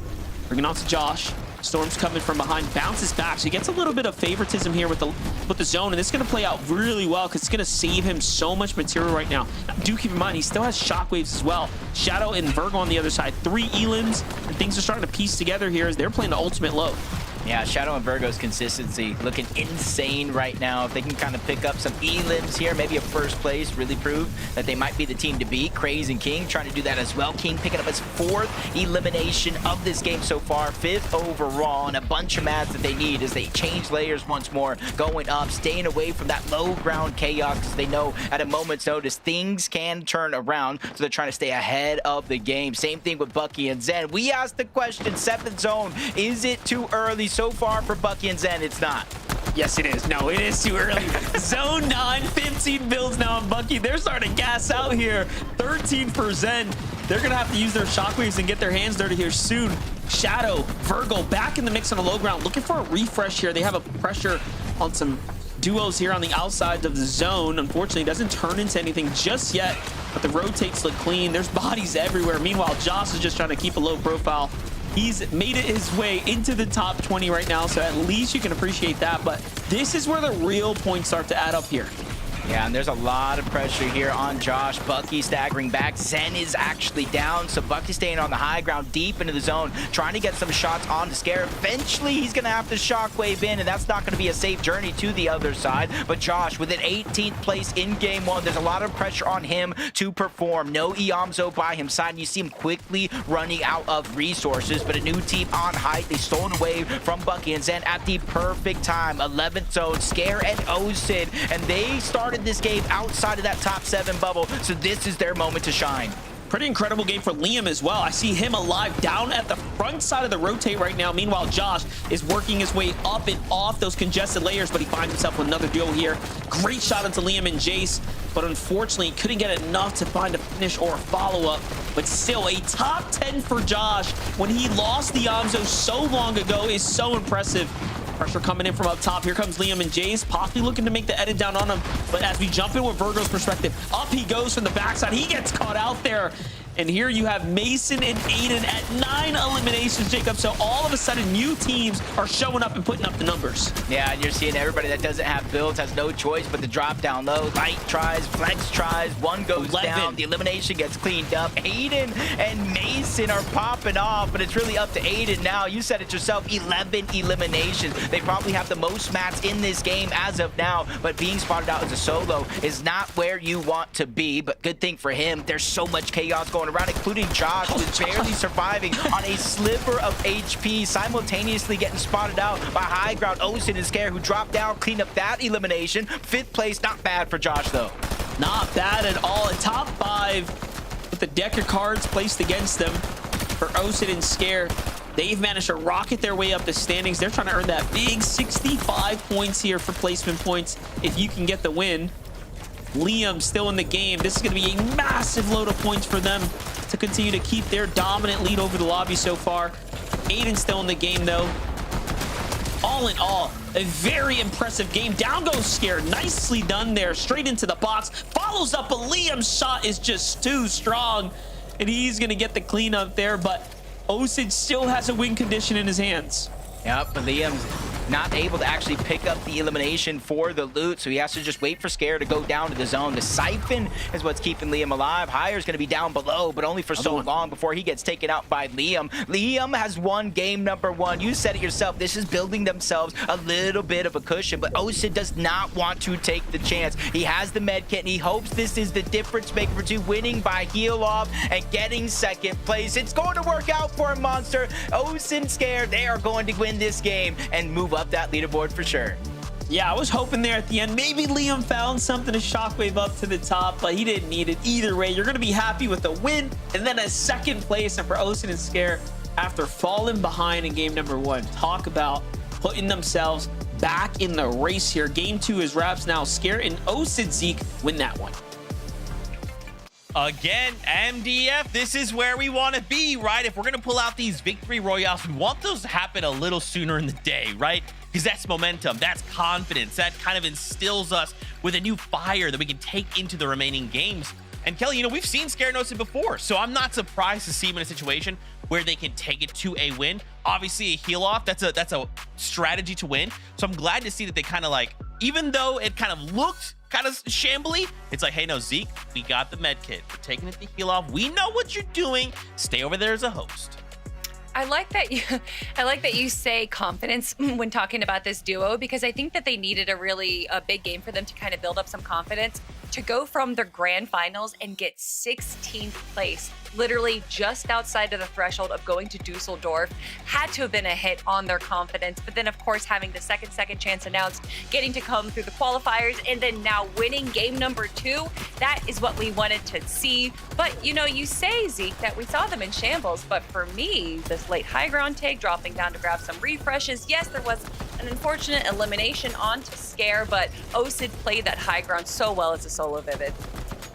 Osid and Scare said, hold up, Liam and Jace, you guys are on to something with that little bit of a late high ground take. They copied it straight from their playbook, instilled it in game number 2, and it worked out perfectly for them. And honestly, even after watching grand finals this weekend, I feel like we didn't really see that many heal offs, or it didn't really feel like there was plenty of them. So to see a heal off early on in this competition just kind of speaks to how crazy this competition is right now and how bad some of these teams really want it. Yeah, man. I mean, you know, typically we don't see it come to that often. So these players are taking this extremely serious, right? This second chance means everything right here, right now. That was game number 2. We still have 4 more games to go before we say goodbye. So for now, a break. When we return, game 3 will be ready shortly. So don't you go anywhere. We'll see you right after this.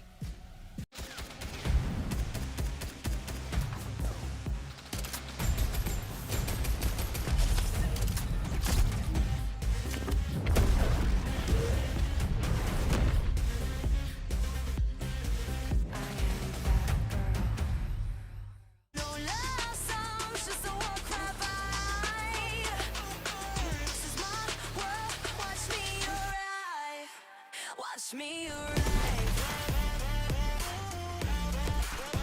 Watch me arrive. Watch me arrive. 2 teammates have his back. Where's Nash? Gets the drop on Marion. Stays alive. They're targeting up Vanya. 3v1.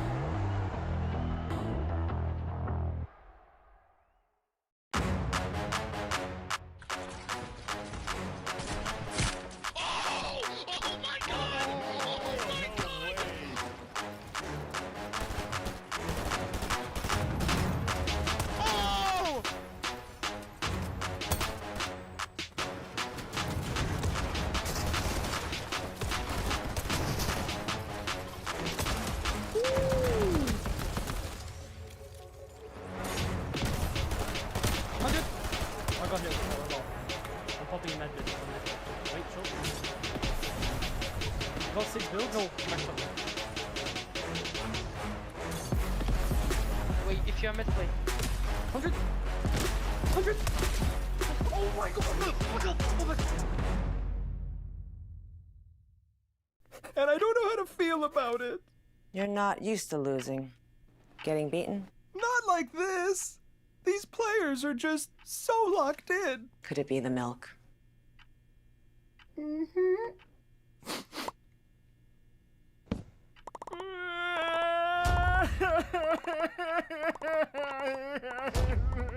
okay.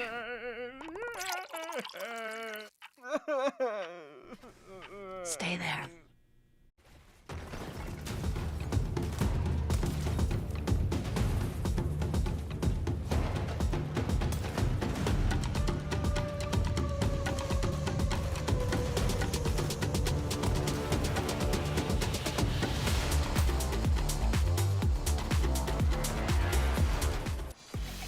Welcome back, Fortnite fam, to the second chance qualifier. Game number 2 going to Scare and Osid. big momentum for them, and we still have 4 games left to go. Of course, in first place is not Scaranossid, though. It's actually Liam and Jace that are leading by 30 points. Kelly, Viv, Liam and Jace in just the first 2 games. First place, 8 elims. In this last game, second place with 2 elims.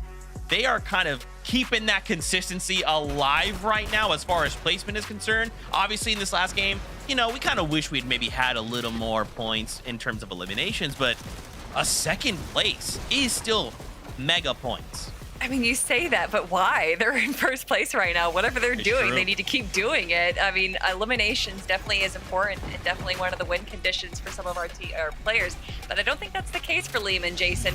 When you look at their history, Liam has 5 FNCS Finals appearances and Jace has 0. So again, one of those players that could potentially be going to Dusseldorf without ever playing a Grand Finals would be absolutely wild, Vivid. Yeah, it would be awesome to kind of see that. We did talk a little bit about predictions for what we think the point threshold is going to be for top 7. I think we kind of guessed around 260 here on NA, which would be kind of similar to EU.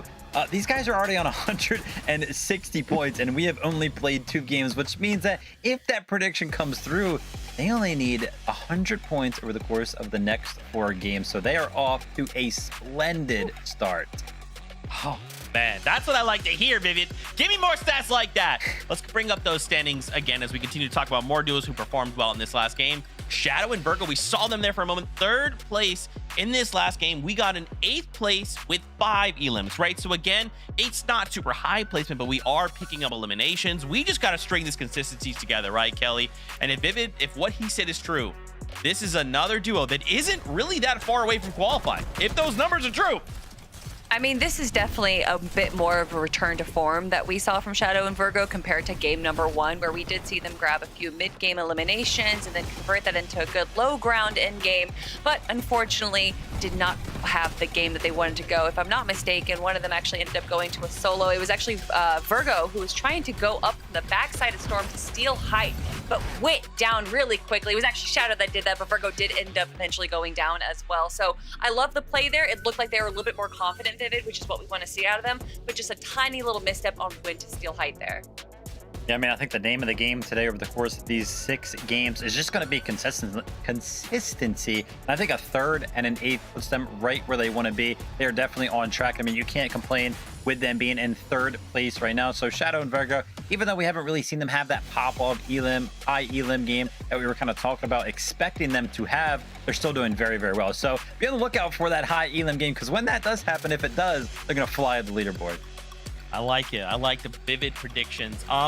There was also something interesting that happened at the start of this last game that involved a door. Kelly Link, can you walk us through that, please? Well, it looked like Curly and Rise were kind of having a little bit of a difficult start to their game right there. Curly was actually knocked, but you know, when you're knocked, it doesn't mean that it's over just yet. With this new mechanic of being down, he's able to kind of flip-flop over to this door right here and be a little bit of a bait. If we're talking about fish, well, I think of bait, Vivid. And what is better than getting a refresh, an early elimination onto someone like Curly? Well, how about I stop you right there, Kiffy? No, you are going to get eliminated by Curly, who is down. Unfortunately, doesn't get the elim, but what a great play. Hook, line, and sinker. I'm not entirely sure. I wasn't sure that it was possible that you could knock somebody while you are knocked yourself, but that's what I'm talking about. NAC always delivers, always teaching us things over here. We really do have it all. With that being said, game number 3 is ready for us. Let's hop back into all of the action with our casters. Take it away. I've never been more thankful for our analyst and Zeke to really unsolved mysteries here. We were figuring out, how did Curly get the elim? How did that guy go down? Was it a disconnect? Because the elim didn't go to the other team, but our mystery has been solved.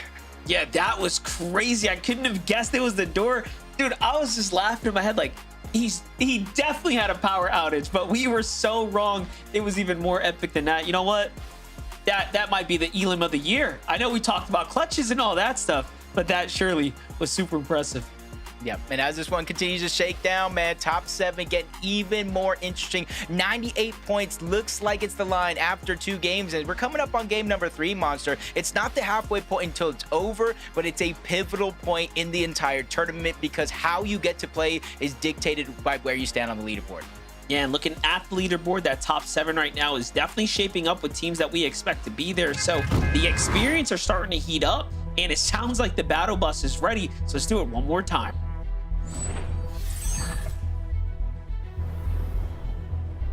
We have big names inside of that bubble, Monster. We have big names outside of that bubble. These teams were given a second chance here to qualify for the Major 1 Summit. And these teams that qualify today, not only on this region and Essential, but everyone throughout the day will go directly to day 2, waiting for 25 of those teams after day 1. And those will be the teams we see.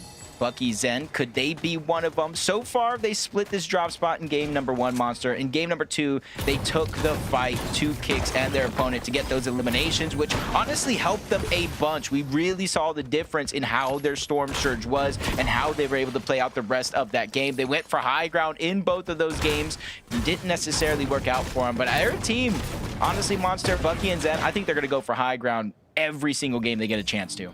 Yeah, I don't blame them. They're earning points. You know, they haven't been able to convert it into a win. But one thing's for certain, if you play Ultimate Height like that and you know you're going to gas out of material, one thing's for certain is that you are going to earn placement points. And I think they're content with that because top 7 is pretty gracious, right? If you can keep making end games and finding eliminations.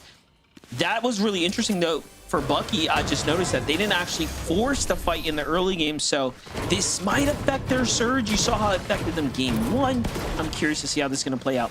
Rising Curly, though, obviously they have a single elimination here, so probably swatting someone out the sky before he ends up touching down. Let's see what's happening on the other side of the map for Skittles. Cam, nice little clutch for him there. Finds 2 eliminations.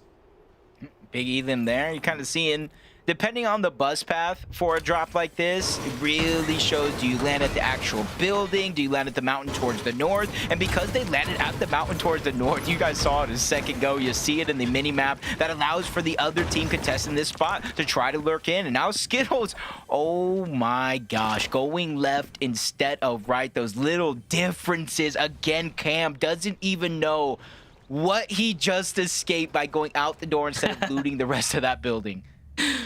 Yeah, that would have been crazy. Just turns the corner, 2 skeletons or boxes on their heads jump out of nowhere, just ready to catch you. Well, for Volts, I'm sure they're regretting not opening fire when they had the chance to. Either way, though, Skittle and Cam are very much situated right now as one of the teams that will be making it to top 7 if they can remain as consistent as they have been. So better for them that they weren't caught early now here at the Battlewood Boulevard. I got to agree with that because even though they do have those 2 eliminations, they were early game eliminations. So the maximum amount of surge they could possibly have here is about 200, maybe a little bit more if they found minis, bandages, or anything like that. But I don't think that was the case. So for Skittles, for Cam here, 1 big shot, even if they get the elimination here on the Volts and his teammate down below, could change the course of their game in terms of Storm Surge. See how that one continues to play out. But as one fight's slow, Monster, we know not every fight like that is going to be the case. We tune in and instantly it looks like Mopping and Max's go down. Big eliminations there. Kale, Saf set themselves up for a big game ahead of them now. These are quick elims too. Look at all the loot they get to sit on right now. Big damage.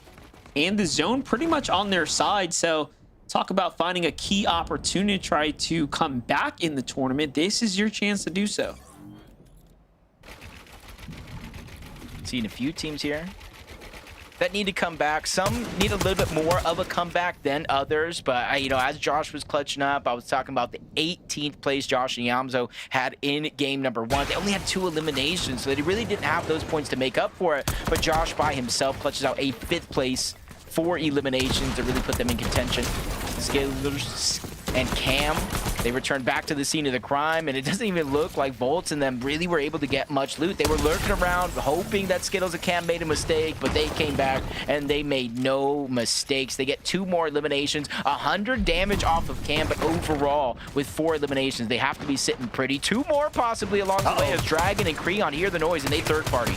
I mean, this is kind of crazy because Dragon and Creon haven't successfully earned points just yet, so this is a pretty big fight right now that they're trying to set themselves up for. Seems like they see all the wild builds coming out and they don't want to stick around too much longer there, but that could have went really bad. Take a look at this one more time from Skittles' perspective. Just gets jumped on like we knew would happen, but his reaction speed was super fast. He escapes out of there. Yeah, I like the opportunity that they took. Just got to be able to at least get the elimination, play with the numbers afterwards. But for Skittles and Cam, got to be looking good. 4 elims in the early game. Keys and Diego. This is a team that we saw last game go down to Surge. And it's really telling when you're below that threshold and you kind of lose control over your game, depending on how desperate you kind of go from there. For Diego and Keys, they were forced into a desperate situation, having to bum rush into the open onto the first team that they saw. So this time around, they continue to take damage. They just need to find a way out of it. Down goes the Mist to try to go ahead and get the shield back up in play. Diego is taking charge of trying to hold on to their builds. Out goes the Pizza. That's Foxy. That's Kugo that they got taken shot from. Jason Liam as well. So Dark Dominion may not have started as contested as it is, but as time passes, more and more teams rotate on over. Yeah, Jason Liam listening to all this go down, but then all of a sudden they become the targets of a fight. Jace almost caught and boxed up like a fish, but he manages to slide out the side. Liam's putting up an excellent defense here. He actually drops Ishu with a huge shotgun shot there, and all of a sudden they turn the entire table around, and it's their team who's now on the offense here. Ishu tries to crawl away, but it's not going to be enough. That's a heartbreaking moment right there because it was looking so good. It was looking so good for G-Money and Ishu. They were third-partying, crashing in, trying to get some damage, but it just did not work out. Jason Liam able to turn that one around, and that's big. It just goes to show that Jason Liam not going down without a fight. 161 points coming into this game. They were first on the consistency leaderboard. They have a win already. They have 5 average eliminations per game and an average placing of 1.5. So they honestly, Vivid said it, they need to do the bare minimum to really close out the day. So going down there would have started the pressure cooker. I mean, look, one thing's, we're seeing right now is that they're playing exceptionally well, Getting a win is, okay, you could chalk it up to luck, then getting second place, then clutching a fight like that when you're boxed up and they have piece control over you, and you still turn that entire situation around. I mean, they're playing absurdly well right now. And this is all still happening, by the way, at the Dark Dominion. If you just glance over at the map, you can see how many teams are here, all of which are essentially in their little own skirmishes against themselves. Keys and Diego have the bit of the high ground here over Fogsy and Kugo, but no one's giving this up without a real fight to the end. Yeah, so you're sitting there talking about the amount of teams. I can see 4 teams, it looks like, directly in Dark Dominion. Another 4 teams on the outskirts. So if you find a way to survive this, it's still not going to be easy rotating on out, especially if your primary source of rotation is going to be those shockwaves. Once you're flying through the open, kind of leaves you susceptible to taking damage.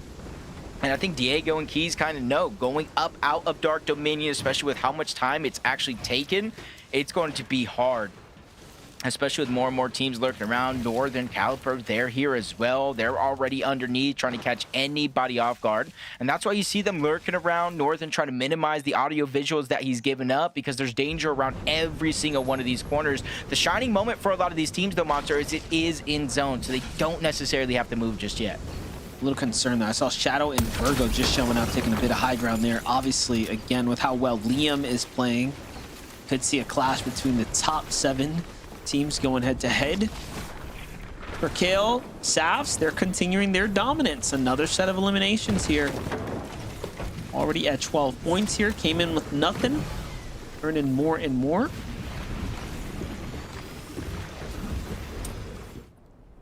And usually going down you know, when you get the reboot card, you reboot your teammate, you didn't necessarily have to worry about Surge, because when you got rebooted, it kind of cleared it. A clean slate, it restarts. As of a couple of weeks ago, you know, watching, you know, Ozzy stream, we kind of learned that that's no longer the case. Today, we figured out that when you go down, get rebooted, all your Surge remains the same. So if it wasn't bad losing your teammate, getting a max pull across the map, it actually does get a little bit worse, and it kind of forces these players to instantly start to get proactive of how they're going to make up that Storm Surge gap.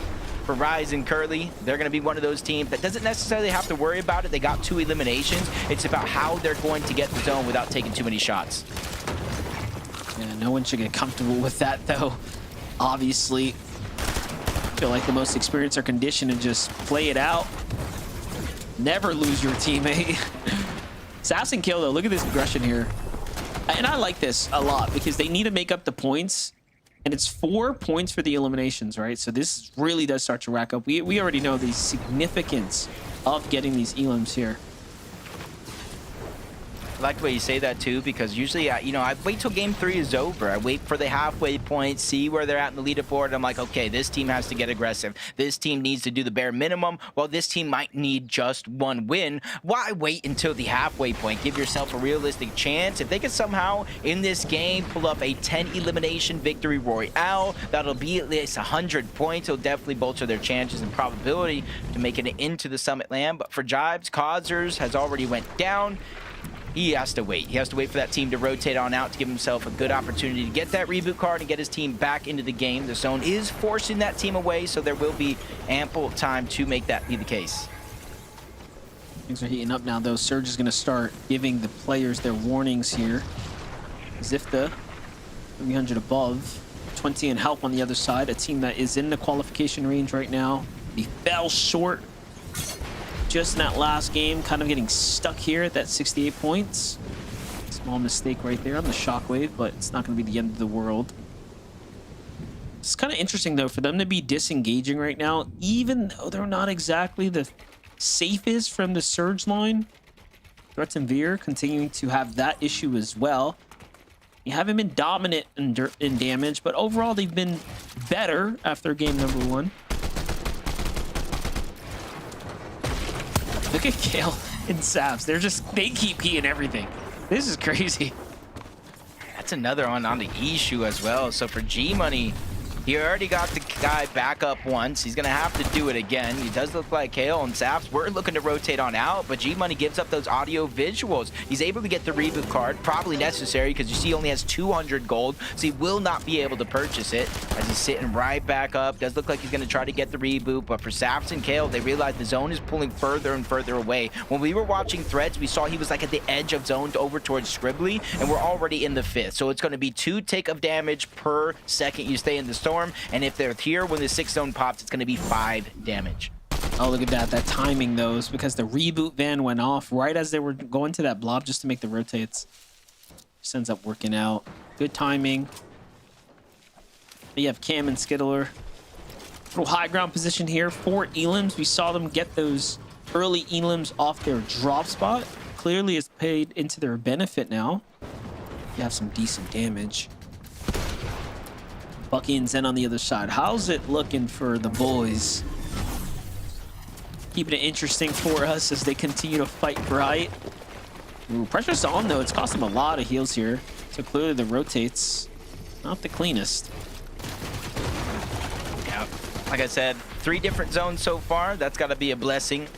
One going all the way towards the south with the eastern lean. Last game we had the north. This time we got a little bit towards the southwest. Zen and Bucky again, 200 above the damage threshold, but you see empty item slots, far pulls. Bucky getting dropped down to 28 HP. And as the next zone does appear, you see the Storm Surge threshold. They're now 240 below. They're going to end up on the stack side of the zone, so there is going to be chances, but those chances are going to come with its own risk. Yeah, I like what they did, though, using the shockwaves to get up and over the mountain to save as much material as possible. I mean, they're already light, but you just have this team on height right here with a perfect view down. They have to do something about this, either contest them or something, but you can't keep letting them shoot for free like this. You already see a team of the third party too as they inch closer and closer to Mason and Aiden in the distance. They see it. They could try to fire shots in that direction. Even if they bleed shot through, that is success for other teams in this lobby. But Bucky and Zen, they are on a clock. Aiden and Mason on the other side. They're 566 above the damage threshold. They don't need this fight, but they might not necessarily have a choice because now Storm Surge is active. Every 7 seconds, 25 damage. Bucky and Zen are on a clock, but there goes a good beam coming out from Bucky, but they're still below that threshold. That was a sick lineup right there, but couldn't get enough damage. Just 130 below now. They still have overdrives. Into the box they go, and they're fully committing here onto Mason. Just missing one of the more important shots, but they get the follow-up there. And all of a sudden now they are back in the game, and they catch Mason before he can actually stop and heal. So they will also get rewarded with a pizza box to talk about the most optimal loot you could have found in a situation here. Just unfortunate for Bucky and Zen. Another far pull does not get any easier. They instantly have to open up, shockwave out. You see when it comes to the heals, they're at the bare minimum. They had to use most of that pizza just to get their HP and shield up for this rotation. Osid scared coming off a big win, 139 points so far on that leaderboard, but they're barely above themselves. Yes, 19 players do need to go down. If you have the heals, you can out heal it, but that's not going to be the case here for Osid and Scare. Yeah, look at this. The rotate has to come down and over. I like that play. Knows that he can't stay exposed for too long. Still, they got to hunt for much more damage. Meanwhile, they find Bobby here. Straight pieces him up. Oh, no. Even after all that damage they found onto Bobby was not enough to obviously alleviate the full damage of the surge here. Scare's still solo right now, 37 below. Finds Taki in the storm, tries to do the same thing to him, but Taki playing a little bit sharper. The lobby turns in, down he goes. Taki gets rewarded with the points there too. The save is just tough because even though he does get the elim, the points can clean up the loot, doesn't mean his position's any better. Stuck inside of the zone and a max pull on top of that. For Yamzo and Josh, though, again, back-to-back games where they're over 500 damage above the threshold. They land at the top of the mountain, so they don't have very many off-spawn opportunities. They have to get their damage while rotating all the way down to Riptides. Not gonna be the easiest thing in the world, but they're figuring out a way to make it work. Threats as well. You've seen a whole different show from him coming in this game. Instead of down surge, they're 700 above. And you're really seeing a lot of the teams that we saw in either previous games or early on in this one that were in a bad position really picking up the pace. Bucky and Zen, 200 above, and now they have a whole different loadout. They have not gotten lucky with the zones at all. Look at how many shockwaves they've used time in and time out just to continue to try to get to the safe zone. That's going to be the last of their mobility and pretty much the last of their heals as well here. Zen trying to figure out where is Bucky. Has no clean pathway towards him. Doubles back to his base for now. And each side just going to play this one out as a solo for here. Oh yeah, look, Zen's name way off to the west side here. So they're on two opposite sides right now. It's going to be super important for Zen right now to try to hit these shots here. That's going to keep him in the game. He gets one though. That's a huge moment of relief here. And even if he falls, even if he can just do enough damage for Bucky, that's going to be the difference that's going to allow Bucky to have some time to build a runway for himself. 7 players have to fall now. This is crazy. Brings a whole new meaning to living life on the edge right now. 9 HP, peaks on over. Good damage as well. Just really needs an elimination here for the Siphon or to find a pile of loot that somebody did left behind. That one's going to be an harder case. Rise, Curly, 1,200 damage above the threshold. Curly having 3 eliminations here, and we're now in the top 23, which means placement points with every team that does go down are going to fly in at a rapid pace. But for Curly and Rise, they kind of got blessed a little bit on this rotation. Multiple teams going to have to use those shockwaves to get up and over them, including Bucky, who loses Zen along the way. So there's a lot of pressure on him to perform. They made up for their blunders in game 1 with a Zen clutch, but now Bucky's going to have to share that role. Yeah, you can see the pressure starting to kick in there. A couple missed edits, missed builds for Bucky. Virgo left to clutch this one up by himself as well. I saw Shadow fall there. Zen's down, Bucky's down now. They're gonna finish just outside the big placement points here. 22nd for them. Virgo playing the cone here. He still has plenty to work with. He's in a much better position to try to clutch this one up. Golden and Ozone, this is the second time now they've actually gone for height. This time, they're actually successful up top. They're at 112 points. Keep in mind, with Scare and Osid out the game, too, that's the second place coming into this is down and out. So that's going to start crunching down the numbers on the standings here. Second out of the game, fourth place separated, fifth place having struggles. Yeah, Amzo's down again. You said it yourself. So Josh, outside of the top 20, forced to have back-to-back games with a solo clutch. New player for Elite Esports, and really now it's time to earn that respect that you deserve. Virgo as well, flying through third place on the leaderboard. Big shots going to land, but not enough to actually get the elimination. But he's not getting greedy here, Monster. That's the biggest thing. Yeah, you know, other players would stay there, try to go toe-to-toe and take the fight, but he wants to play some points. He's trying to play a smart. Eoxy dips into the storm, trying to do the same thing. Liam is just looking to stay alive right now. Liam is clutching up game after game. He did it last round. He's doing it once again. Little zone on his side here to go ahead and push him right back into the other side, but a team's on the other side of the wall. This is going to be a hard one to stay alive with, but these builds, most of them are his. How much more does he have to work with? No, stuck in the middle. Down he goes, top 15. Josh is in the same position now, 2 teams right above him. Cam's going for height, Skittles going for a height with Golden and Ozones for a little bit until Cam slams him out of the lobby, gets the elimination, and now they've taken the high ground. 154 points and counting. They have 8 eliminations here. I'm not sure how many teams down below are going to be brave enough to try to contest up above. You see Rise, you see Dragon. Virgo finally goes down. He was a solo. That's Chimp and Liam who actually clean up that elimination. Craze gets one as well, but Josh is still running wild. 44 HP. He has a dream right now, Monster, and he is dreaming big. Hopefully it doesn't become a nightmare, but he continues to go up different layers here. That's going to put him in the limelight for high ground. Instantly gets shot back down low. He has to hide behind this build. That's a whole nother team on the other side, but nobody's peeking. Josh finds recycled build that is his own. A big shot on Aox, but it gets stolen. No. Skittles steals away the elim. Oh my gosh, that would have been the most important elim for him, but look at this. Josh does end up getting some late siphon there from something else. Either way, Josh is making the biggest plays of his career right now. This is going to potentially send him to land. You know, it's the difference right now, clutching up in moments like this when you have such a long way to go. All these teams are jumping in with have a monstrous amount of elims, though. This is going to shake up the standings through to the end. 180 points now for Cam and Skittles. They have jumped themselves into a whole new atmosphere here, and they still have a lot left in the tank. Yeah, and this is after this one's over. It's going to be the halfway point, so you got to be smiling ear to ear, knowing that you have a little bit more control over your destiny. Scam dropping all the extra heals to Skittles, saying, hey, if this comes down to a heal off, you are going to be the guy. You've taken less storm damage, or hopefully they calculated it correctly, so Cam will be the one to drop down low, play Disruptor if it does come down to it. Craze and King also underneath, but they're that ultimate low team, and they have some extra build. They're kind of hoping and praying that this zone doesn't pull them over a mountain. That's kind of crazy, you know, coming into this game, we saw Dragon with no eliminations, no points, nothing earned. All of a sudden now he finds himself inside the top 5. This is the kind of performance you are looking for. This is the one that you're hoping you can find for the next couple of games to send yourself to the land. Corvina jumps in, unfortunately couldn't quite get it. It's Cam and Skittles. Their timing is just too good right now, and they're tracking right through the builds here. And look, now down to just 5 mats here, finds a down body, wants to get the finish. They get rewarded with that as well. This is easily becoming the biggest game I think we've seen over the course of the last few weeks.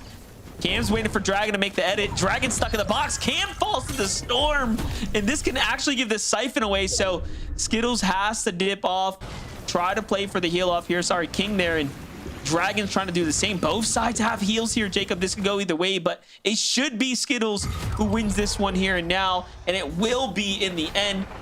Oh, wait a second. Skittles made it. Right. No, you're right. It all depends on the goal. The King has been there for a while. He's getting storm sickness. The instant elimination comes in. I was doing my math too. I had to calculate everything going on. That feeling of deja vu was there, but Skittles is able to clutch up at the end of the day. That's going to be a big win and a huge boost of confidence. You have to do what you have to do to get those wins there. And I was thinking to myself, wait, is my math off? Like, both sides are healing now, but Skittles did do enough in the end there. And you know, these are teams that needed those points. So game 3 now is wraps there, Zeke. Did I see that right?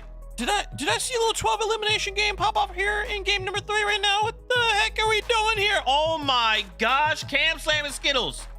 What the heck? And they're doing the patented shakeup PR. That's why we're gonna name this the shakeup PR. Pay to win situation there with the vending machines. This is a joke. That's crazy. I cannot believe, and as Jacob himself called out right now, to do that here halfway through, big boost of confidence right now. Dude, 12 elim VR. Kelly, what the heck? I wonder if the PR stands for payroll. The Jacob payroll right now, it definitely seems to be the play. And there was actually a moment there where we were looking at the high ground team of Cam and Skittles, and they were dropping heals, which is what we typically see when it comes down to the final few teams. But I also saw him drop gold, and I was like, haha, that's funny, what a misclick. But no, it was on purpose that he was dropping gold because they knew that this was probably going to come down to a heal off. But honestly, even beyond the heal off, Cam Slam and Skittles played that high ground steal so well. As we watched it, Vivid was like, he just got slammed. And for me, I was like, oh, they're gonna win the game, that's it.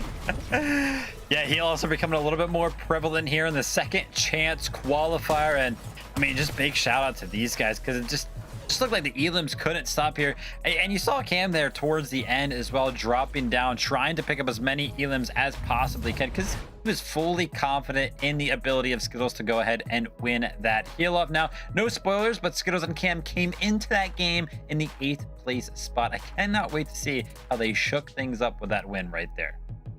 Well, ask and you shall receive it, because it's time to look at the standings after this short break. Don't you go anywhere. Halfway through the see, you already know what I was doing. We'll be right back. You already knew what I was doing. We'll be right back.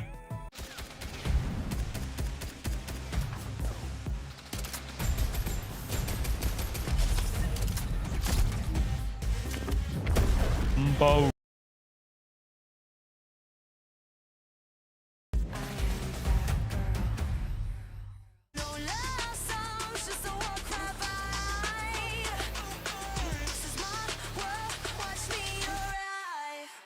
Watch me arrive.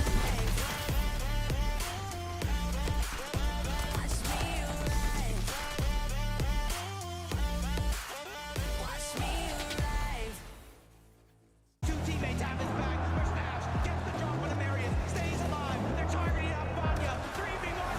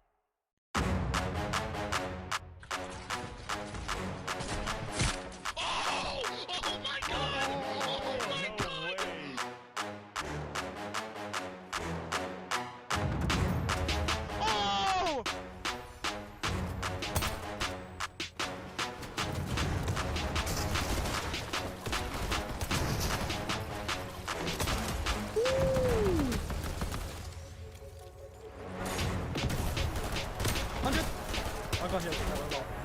I'm popping in that bit. Wait, sure. Got 6 builds? No. Wait, if you're mid, wait. 100? 100? Oh my god! Oh my god! Oh my god! And I don't know how to feel about it. You're not used to losing. Getting beaten? Not like this. These players are just so locked in. Could it be the milk? It's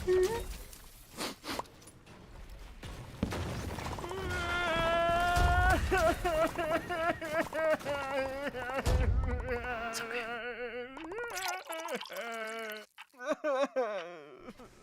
Stay there.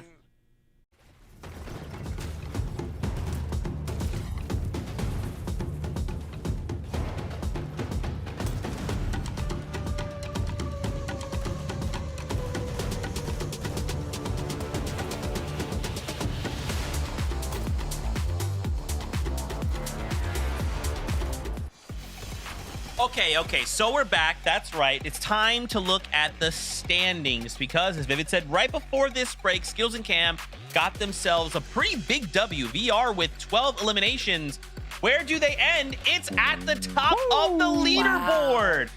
Up 7 places. Guys, we have 3 more games to go. That, Kelly, could have very well been the run they needed to secure themselves a qualification spot. It's definitely possible. I think that they probably should earn just a few more points, just in case, you know, just a little bit, because we got 3 more games to go. What's a handful more points, especially if we see another game out of Skittles and Cam like we did from game number 3. But for me, another big jump up right there. We have to talk about King Aling and Craze. We know this as an explosive duo, and they definitely were turning things up on the low ground today. Yeah, I mean, you can actually see it. I do want to talk about the leaderboard in general. Obviously, our top 2 standers up there, Skittle and Cam, and then Liam and Jace, they've got a pretty surmountable lead. Look how close everything is after we are now halfway through this. 3rd through 10th place is only separated right now by 28 points. So we have an extremely volatile leaderboard here, and one of the duos that's kind of keeping themselves around that 10th place spot. I'm sure they're probably feeling a little bit nervous right now. It's going to be Josh and Iamzo. You can see they did go up 1 place right there. They are going to be in 9th place, but you know, once again, they want to be in that top 7. But it kind of feels like all of these teams that are kind of like 3rd through, I would say, like 11 are so close to top 7 that they're basically top 7 still. Oof, Josh, though, in another solo clutch situation for game number 3, definitely not wanting to be here halfway through the tournament right now. The Iamzo and Josh do so well on this mid ground and the low ground when they are able to stay together, but I do have to give Josh props. I'm not quite certain when Iamzo went down, but Josh definitely garnered them a lot of points just by staying alive, playing it really smart, really patiently. I mean, dude, that's what we got to do, right? Like, every single one of these points matter. And like you called out, Kelly, being halfway through, that's only adding more pressure, right? You got to think like, oh man, if we make a single mistake, this leaderboard, like we call it, that's still so close together. If you fall early, you're gonna have to watch all of them start to continue to get points and move that much further ahead of you. Scary stuff. But as we turn back to those standings, though, as well, wanted to highlight Liam and Jace here. These guys are performing so well. Obviously, the first 2 games had some crazy performances. Even in this game, a top 15 with 2 eliminations. You know, even managing to, like, piece together a top 15 when you're kind of like, your backs are against the wall, maybe things don't quite go your way. That's a positive sign from the duo. So I'm excited to see them kind of showing, like, hey, even in these high-pressure situations, we can still perform.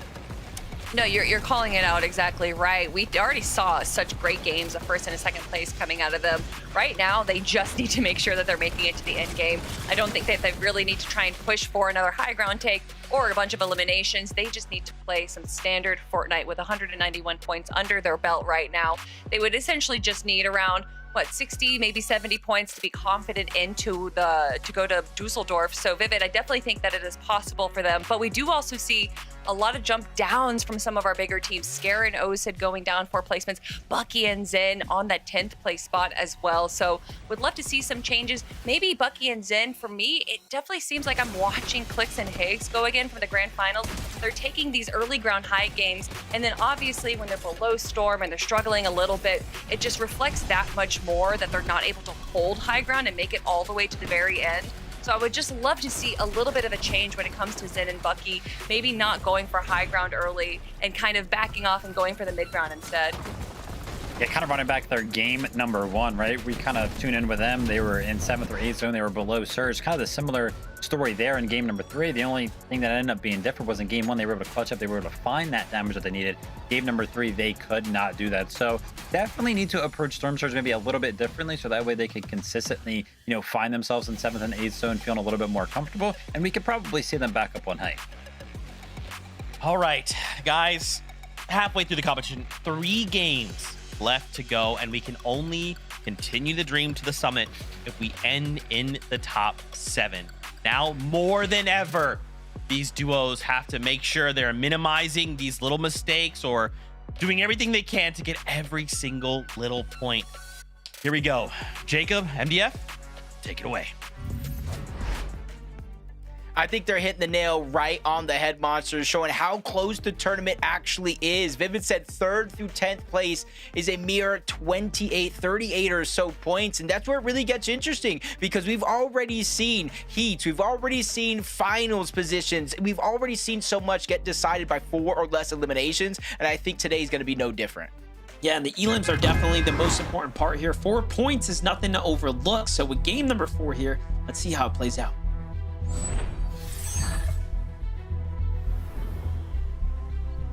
Game 4, the second half of the day. If you want to go to the Major 1 Summit land, you have to start to hit the ground running. And this is where this zone, we've already seen 3 so far, 1 towards the north, 1 towards the southeast, and 1 towards the southwest, a little bit towards Squibbly Shores. And this is where, if you're one of those teams that gets the zone to pull in your favor, you really have to make those games count, unless you're Liam and Jace so far, where every game for them is counted. Well, it's kind of interesting for Liam and Jace. You know, they're in a position I feel like they've never been in before. Late into a tournament, so much on the line as far as their qualification is concerned, and they need to get one big pop-off game. They're still a long way from where they are right now, and technically qualifying as great as they look on the standings. So this is going to be a question of, can they perform under pressure at this point, as are some of the other teams. You know, when we were looking at that top 10, 7 points is 130. 10th was like 122 or something like that. Like, it was very, very close. So this competition is 2 elims spread between where you are right now and your land spot, right? So there's no one safe right now. Yeah, essentially from the top 15, 1 victory royale can kind of put you inside of that bubble. Rise and Curly, they've had some contested off spawns. They've had players lurk their way in. This time around, it is going to be a little bit more uncontested as before. So they're going to be able to loot up. There's a lot of barrels, free shields. They're just on the north side of the map. So hopefully this game maybe continues the trend. If the last 2 have been towards the south, this one hopefully pulls towards the north for a lot of those teams. Bucky and Zen, Sandy Strip. It is going to be contested, and each and every game, you've kind of seen a different way of playing this play out. Game 1, they tried to fight it, they disengaged. Game 2, they fight it, they won. Game 3, they kind of did this same strategy, and it was able to carry them long and far into that last game. It's just Storm Surge. They ended up in a bad position, taking hide a little bit too early. It really did cost them everything. Yeah, definitely cost them a ton that round. Yamzo and Josh made the best that they could with the last game as well. At least they earned themselves some big points. They kind of really fought their way in an uphill battle after kind of failing themselves in game number 1. Talk about that north zone, though. It doesn't get more north than this. Half the zone's in the water. There you have it. Gotta be careful for the other teams on the mountain. Don't take free shots. Mason and Aiden, 122 points. Don't want to have things slowing down with going down here, but Symbol of Fear is able to get the first drop on the 1. The overstays is welcome, hopping over that cover. He's going to go down, and it does look like Aiden and Mason are going to be able to solidify both of those eliminations. More so Aiden saving the day, but Mason getting some good damage from 122 to 130 thanks to those early game eliminations. Huge clutch right there to keep them in the game. Massive performance right there. Chris and Drew doing what they do in the early game right now. They have a down body. Goes the finish. His teammate tries to put up some defense there, but just doesn't have enough offense to go ahead and change the circumstance, if you will.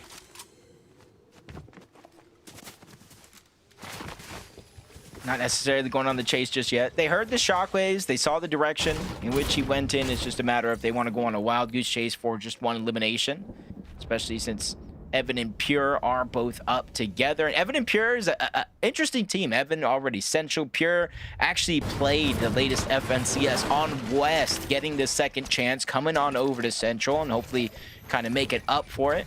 See how this one continues with 3 games left.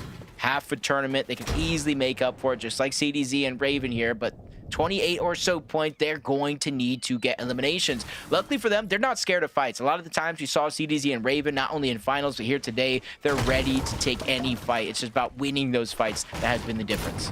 Yeah, last game was definitely their most successful, so they finally at least got some footing here on the tournament standings, but definitely a long way to go. Ruined and Sin to watch. Not as much of a problem as far as where they are overall positioned here. See the updated standings there. 126 being where Bucky and Zen stand. So Sin and Ruins are just outside of that. Kind of watching from outside the glass here, looking in.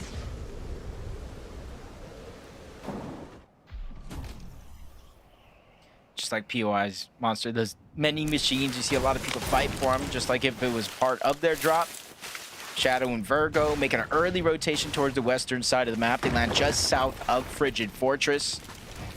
And typically they do have a chance. Usually this spot is contested on the outskirts with a lot of teams kind of split up, just trying to take whatever loot that they can. It's a whole different tournament. Almost the entire drop from Taki and Verge Frigid Fortress, the Aoxy and Jojo split drop, to Shadow and Virgo himself, all uncontested. So it's not going to be as easy of a road for them to get their early game search. But whatever they've been doing so far in this tournament has been working, just like Liam and Jace, but a whole different story here. Start off game 4. Typically we see them alive into the end game as a duo. This time there's a lot of pressure on Liam to get his teammate back. Yeah, we're just highlighting the fact that, hey, you've done well 3 games, but pressure starts to set in right around here. You start looking at how far you still have to go. Enough's never enough. Dragon and Creon, though, from 0 points to 88 really showcases how you can kind of change the entire narrative about the opportunity to make it to land here.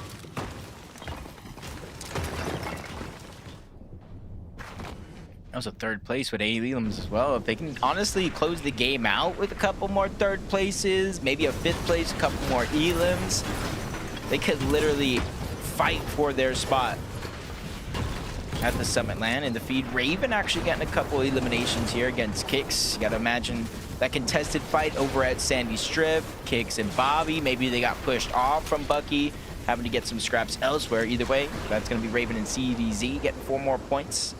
As it does look like Chimp and 20. They got a long rotation to zone, but they know having that HP is gonna be so important, especially with how many lurkers they've been in the zone this season.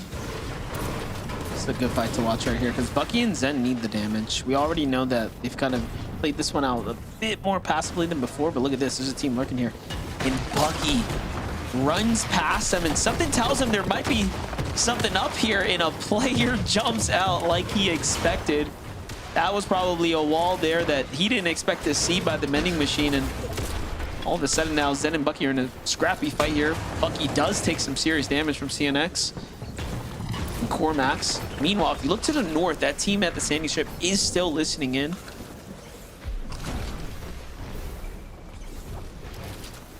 Yeah, I was just kind of looking at the mini map, seeing if that team was going to try to crash down. If not necessarily to join the fight, but at least try to get some third-party shots coming in, but they're content with where they're at now. Bucky and Zen, they had a chance to heal up, getting more form of this game of trying to continue to fight this one out. CNX, Cormax, they're just trying to disengage, but I don't think Bucky and Zen are going to give them the option, or at least not just yet, especially now so that Zen lands a huge shot onto Cormax, forcing him back, trying to get the build, burn through any damage that he can. And then CNX on the other side, no damage in terms of the fight, but you see what the Storm is actually doing. Very, very low on HP. They literally have no choice but to shockwave out. The control here from Bucky and Zen. Even though they could have pushed for those eliminations and they know it, the points are not as important as keeping the damage that they earned right here, because they also recognize that they are very far behind. You know, that was our biggest concern too, is that they were going to need that damage. So they almost even the playing field. Should be coming out positive there off of that exchange. Jumping back in with Osid and Scare though. Kind of had things on lock for a little second, and then last game fell super early to the mid-game surge. They were in 2nd place going into it. They find themselves dropping way down now, kind of back in the middle of the race here. Curly and Rise on the other side, very much situated here. Opting to stay in the storm though, trying to see if they find any late rotators. Yeah, it makes me wonder if they were that team, because we saw one team kind of rotating outside of Sandy, so we know there's at least 3 teams there. I'm sure they got the information because they rotated down from Painted Palm, so instead of going directly to a stacked edge of the zone, they're just trying to wait for any of these stragglers to make a mistake. Jojo Fishy and Aoxy, another team from that Frigid Fortress side of the map, kind of split drop just towards the left in between Wonky and the actual Frigid Fortress. They wasted no time at all rotating over towards this Wonky wheel, because now they got options. No matter where it pulls, a far pull towards the south, they can use that wheel to rotate the slow side of zone, maybe ride it towards the shoreline and try to find their way in. But just like them, so many other teams are making that a part of their strategy, or potentially making it a part. And it's worth mentioning, this is the first full like zone that we've seen start heading towards the north, right? So we are and should see some different teams kind of making it in game, catching us a little bit of relief. But here's one that's not. CDZ just gets pressured down by Zen. Zen's just playing exceptional right now when it comes to these fights. Look at the shot that he lands there onto Raven as well. So everything's starting to connect together for them. Not even sure they know that CDZ actually fell to the storm right there. They're probably trying to kind of download this situation and assess it. They're gonna find out here shortly if they get this Elam though.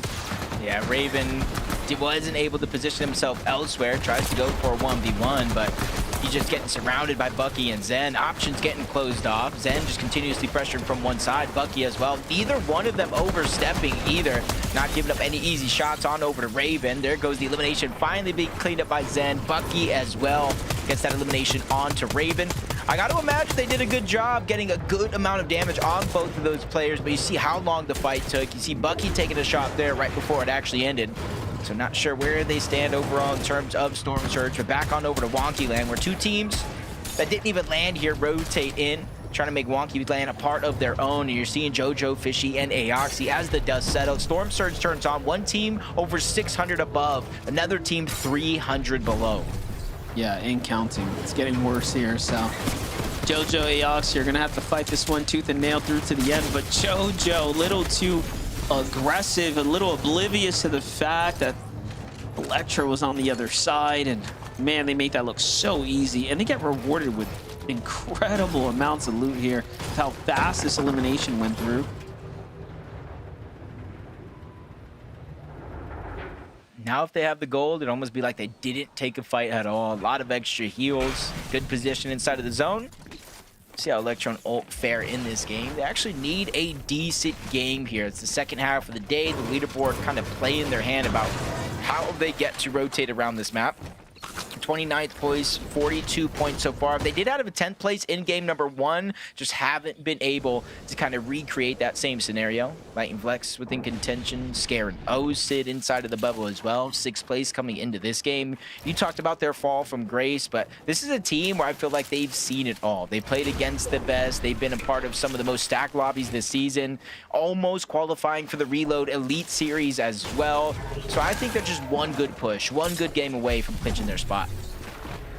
Most definitely. And talking about that, look at the zone pulling right over the Wonky Land. So now Electro and Oak actually can opt to just eat zone all the way. They have the mending machine. They have all that excess loot. Just doesn't get better for them. Golden, Ozone on the other side, fighting their way into a position right now. They don't want to play in a low ground here, so they're trying to get up and over onto a little bit of terrain here. This is where we could have a potentially interesting zone. You know what I mean? If it goes a little bit more towards the south, but you see the trees that are currently in play, a good portion of those big trees have a huge amount of health. And one thing that we've seen already this season is teams like to go up to the high ground. They attach themselves not to one, but multiple of those trees, because even if you break the tree itself, Monster, you actually have to break the build that was attached to the tree afterwards before it actually falls. So now imagine connecting to 2, 3, maybe 4 of those trees on high ground throughout the end game. It almost makes it indestructible. Yeah, we can see some really interesting positioning get set up here.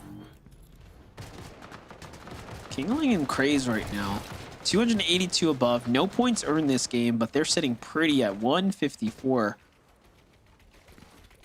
Everything's starting to fall in place for this team here. Still though, 75 players standing in this game right now. King looking to break the tree, trying to open up their sight lines here to see if they can catch anyone trying to exit across, shockwave out, come the next move. Depending on where the zone goes, it's going to be a very difficult zone to navigate. It's a pretty steep cliff here.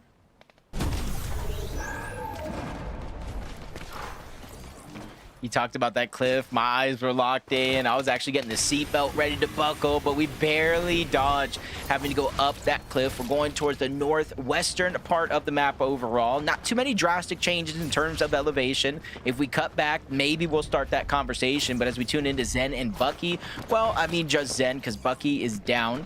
35 teams still up, so far away from even the first placement point starting to set in. You add in the fact they're only 103 above the damage threshold. So a lot of those early game fights, sometimes it works out for you, sometimes not so much. Skittles and Clam, winners of that last game. A whole different road for them this time around, 5 below the damage threshold. It might not be much, but you're gonna have to fight for it just like that. And now other teams taking notice. You fall 100 below the damage threshold, and a whole other team starts to rotate in. 20 and Chip, they want a piece of that pie.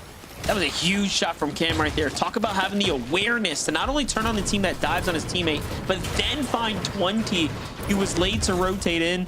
That's going to be the difference maker that keeps them in the game. And they get rewarded with at least a couple of heals and some mats to work with, but have to eat the rest of this pizza here. It's going to be a trade-off before they get going. Just scavenging the land right now, trying to see if Zen actually successfully made the rotate here. This is crazy. The amount of points he's been clutching up by himself the last 2 rounds alone. Recommendable. Rising Curly, though, trying to make up for lost time. They've had a lot of bad games. Give it a second, though. Back to Skittles at 217 right now. 180 below. Make it 130 as he finds a couple tags here. Still has shockwaves to work with. Sees that there's a player in the zone. Jumps down and over. Definitely willing to go all in for this one. No. I would have thought he'd go to finish it and go for the siphon, but the play to go for the pizza instead ends up costing him everything. Fumbles that opportunity there, and I kind of see what he was going through in his mind, because even if he does get the knock, there's 1 or 2 seconds there where you have the invulnerability, can't clean up the elimination, but those are the tight decisions that really cost you at the end of the day. Yamzo Josh, we know what Josh has been doing so far. Big clutch moments for him, especially after the 18th place, 2 eliminations. They were outside of the bubble. They pushed themselves closer and closer each and every one of the games. 5th and 8th place, 4 and 2 eliminations here. They just have to figure out a way to stay alive together to these end games. You know, with high ground not being as contested as we've seen in some of these finals games of the past, I think that mid ground is so much more contested that I think a lot of players have thought going into this game. But Rise is down, Curly's now stuck by himself, burning through his materials and below the damage threshold. G-Money is going to be down, so with only a few seconds left, he tries to go in and get the Elim, but gets taken down by Threats instead. Yeah, now looks like Osid and Scare might be the ones trying to set up for height right here. Meanwhile, Jason Liam still alive right now. How did they do it? 400 damage above, 4 eliminations. They are just playing perfect Fortnite right now, as they are completely dialed in. You know, this game was almost, you know, it almost slipped out of their fingers early on, but now they've managed to kind of get their grasp back on the lobby. And if they can just earn 60 points here, they will be essentially a shoo-in for top 17 only after basically playing 4 flawless games. That is just so impressive. But still, though, 26 teams remaining in the lobby. Osid, Scare, talked about them being one of the few teams trying to poise up for a little bit of high ground here. They're still kind of in that mid-ground layer. Yamzo and Josh, we haven't seen better. This is the best we've seen them in the end game. They are due for a monster game together. And then here, Jacob, look at this. Kinglin and Curb. I'm just working together. Instead of using the shockwave to just bounce from one point to another, they safely use it in the box. All they want is the effect to kind of sprint towards the outside, take a little bit of damage, a worthwhile sacrifice, because now they got good positioning inside of the zone. Shadow and Virgo, they take the different approach. They're going to take the shockwave, find themselves a little crevice inside of the zone that they can go ahead and start to chop down and take control of. Osid and Scare, we saw them rotate to the front side overall. They're the team that is attaching to those trees. So even though they haven't emerged as the kings of the castle just yet, they're the first team looking to try to take height. Craze goes down. King gets left by himself. Luckily for him, though, he has a couple of fake pods. He has the Fizz, and he has full shielded HP for the most part. So impressive, because that's one of the teams that, again, disbanded, kind of came together based off a duo splitting apart, and they're actually on their way. The first, Jace has got to earn a little bit more. We talked about it. Can he just push his way for 50 or so more points and essentially solidify himself a top 17? Meanwhile, Caliper, Northern, they've slowly earned little bit by bit, point after point, and now they have the ultimate high ground here. So we'll see if they can do something big right now, as they have a lot of ammunition in the tank, plenty of builds to work with too, and there's just players everywhere. You talk about connecting to those trees, and they've done just that. Yeah, you need to chop the trees and then the builds, and they're super connected, so it's not going to be easy. Shadow knows that same thing, but a whole different position, forced outside of the zone, scrambling around. That shockwave going to use. He finds his way in. He still has a little bit left on the chug, but not really enough to make the difference, so he needs an elimination, a siphon, anything he can get his hands on. King as well. He's taking tick after tick of the zone until he finally makes his way in. Shadow finds the knock, but not the elimination just yet. Has to peek outward to make that one become a possibility. The siphon keeping him alive allows him to dive into the zone, get those materials, and that is the difference maker in a game like this before Shadow finally goes down about 13th place. King follows. A lot of our solos being wiped out of this game. Yeah, King lost track. He was playing so aggressively. Meanwhile, Caliper actually picks up Northern, who fell just moments ago. So they are back in this game. What looked like should have been an easy win for them. Now it's starting to slip away. Once again, Northern falls there too. And Caliper has to play this one out by himself. He's only got 6 builds to work with. Yamzo and Josh, we said they were due, and high ground is now theirs. And they haven't done it in any kind of fast fashion. They've really taken their time here, as they only have a single elim. Yeah, which is surprising too. They're playing on the high ground. Typically, it's a team that dominates the mid layers. They dominate those low ground layers, but nobody's going to be up above to stop them. So now they're going to be the kings on top of the castle, putting pressure down below, connecting to these trees, almost an indestructible layer. With a couple more eliminations, Chris is going to fall. They had their eyes set on the Scare and Osid, but they're mirroring that high ground. So it's not going to be easy to put down that pressure as they slide outside of the zone. Those are the opportunities Josh and Yamzo are looking for. Osid picks up one. The elimination, the siphon here is keeping them alive. Monster, we're down to our final 4 teams, and all of them are healthy and alive up until now. And Threats and Veer are back too. They needed these points. Veer tries to go up, but he gets hit by a wood wall, and Josh tries to do the same. He's thinking about going down, but he doesn't want to do anything too risky. And there's Veer in the storm. Veer might have gotten a knock, but it's all up to Josh and Yamzo here. They're healthy. They're in the game. They have a lot of time on the storm. There's no way Osid's going to be able to do anything big here. And just like that, Yamzo and Josh clap back. Yeah, each and every single game for Yamzo and Josh getting better and better and better. This time around, they got to make it to the end game as a duo. They looked up, they saw height was clear, they took it and did not look back. They were outside of that bubble, Monster, before this game had started, and with a victory royale, you have to expect them in the top 7, Zeke. This is it! This is it! Zoe's back, baby! He's back, baby! We're finally coming online. Okay, we're finally here. We got ourselves a victory royale with 5 eliminations. Yamzo and Josh. It's okay. I believed the whole time. I never not believed. Let's go. Kelly, right now, this is it. Momentum. We have been instilling the confidence. We have gas in the tank. We're looking good. I feel like you're being a little biased, and I'm wondering if that's the guilt from jinxing them early on, but they deserve all the bias. Josh and Yamzo finally locking in and showing us why we expected them to do so well today in the finals for the second chance tournament. Running the mid-low ground, staying to the front of low zone once we did get towards the end game allowed them to kind of transfer their focus onto height eventually, and then of course it just went the way it did. Getting that victory royale is what I wanted to see out of the Vivid.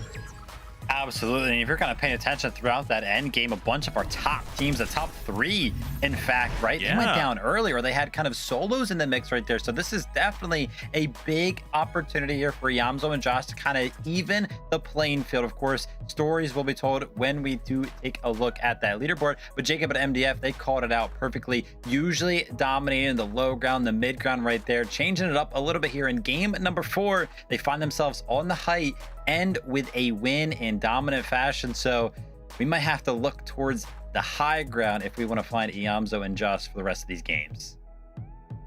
Viv, we entered that game in 9th place. We were sitting in a situation, we were tied with 20 at 128 points. Okay, 8th place okay. ahead of us, right? We were tied, and now after that victory, we're looking at 200 points. What we need to do now, break time. When we return, the standings. Don't you go anywhere. You're going to want to see this. Don't you go anywhere. Don't you? Hey, don't go anywhere. Don't do it. Don't.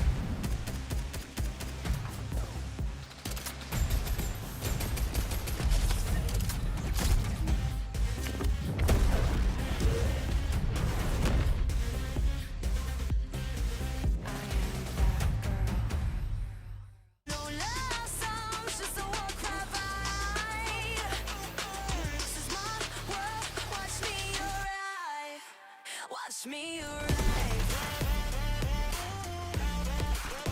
Watch me arrive. Watch me arrive. Two teammates have his back. There's Nash. Gets the drop on the Marion. Stays alive. They're targeting out Vanya. 3v1.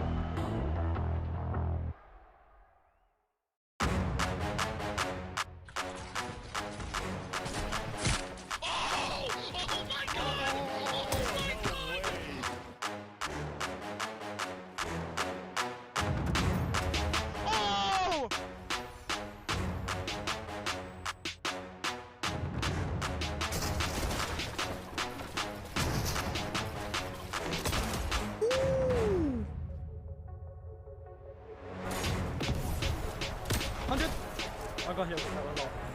I'm popping a medbit. Wait, short.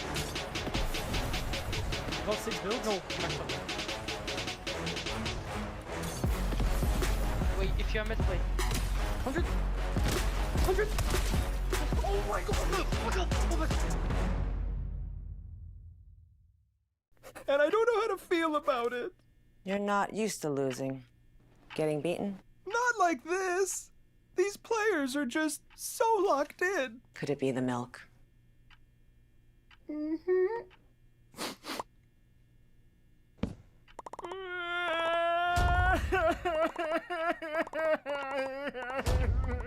okay.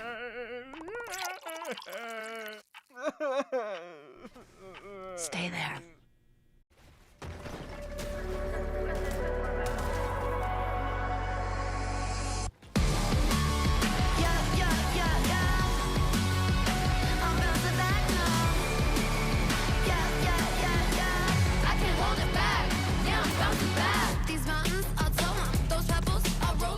Don't go anywhere. Don't. Did you go somewhere? Did you go? Did you leave? Did you go? Did you leave? I saw you. I saw you leave. I saw it. Anyway, welcome back to the FNCS second chance opportunity for all these duos. Iamzo, Josh, get a victory royale. Clutch moment. Clutch timing right here, right now. Let's take a look at the leaderboard right now. So, remember, we got ourselves some points in that last game. 213 is where we ended. So 4th place, up 5 full placement spots. Currently sitting in 4th place. Shout outs to Josh. Shout outs to Iamzo. Now, the job is not done, right, Kelly? We still need to put some pieces together because the competition is still pretty tight. We're looking at a top 7. Kelly, 7th place, Golden Ozone at 184. That's still too close for comfort. Oh, 100%, especially if you look down all the way to the 13th place, which is 126 points. That right there is definitely within reach, especially with having 2 games to go here. So a lot of our teams in our top 7 should not be resting on their laurels just yet, especially when you can see teams like Josh and Iamzo jumping up 5 placements, completely disrupting the top of our leaderboard right now. And if I'm thinking about disrupting, you know, I got to think about Shadow and Virgo going down 2 placements. This is one of our top teams that we were looking forward to watch, Vivid, and to see them being this close to maybe not even making it to Dusseldorf, I know I would be just a little bit nervous.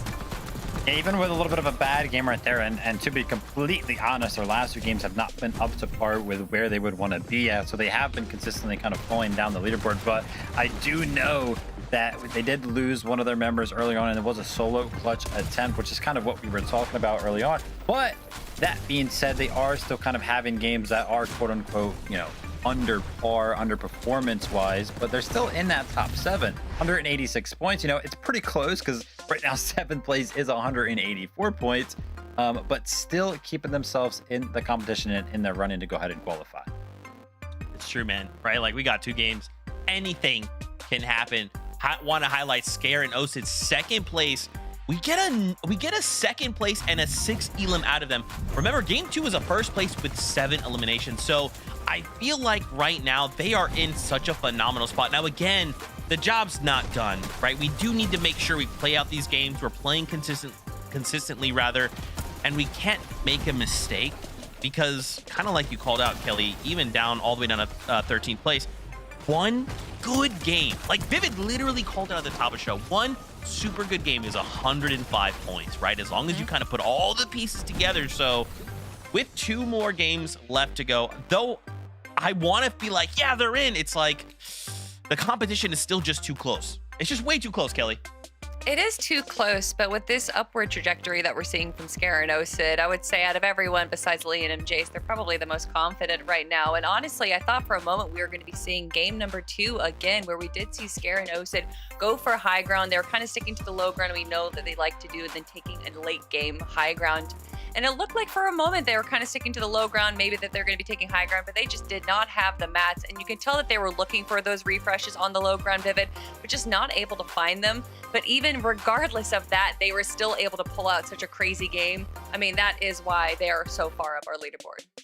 Yeah, and I was kind of seeing right there on the leaderboard, one of our teams making a surgence up the leaderboard. What was it, 8-9 spots? It's gonna be Threat and Veer. Definitely needed a performance like that one, right? Such a good game for them. It's gonna be a 3rd place with 7 eliminations, keeping themselves in the running there. I mean, listen, this is kind of what we wanted to see out of this duo over the course of the first 3 games. We did kind of mention how some struggles with Storm Surge amongst the 2nd and 3rd games, but it looks like they went ahead and bounced back. And this was a huge game for them. You got to be thinking about it, right? They're now in 8th place, only 22 points behind 7th place. If they can have another game like that, they're definitely going to be in the top 7.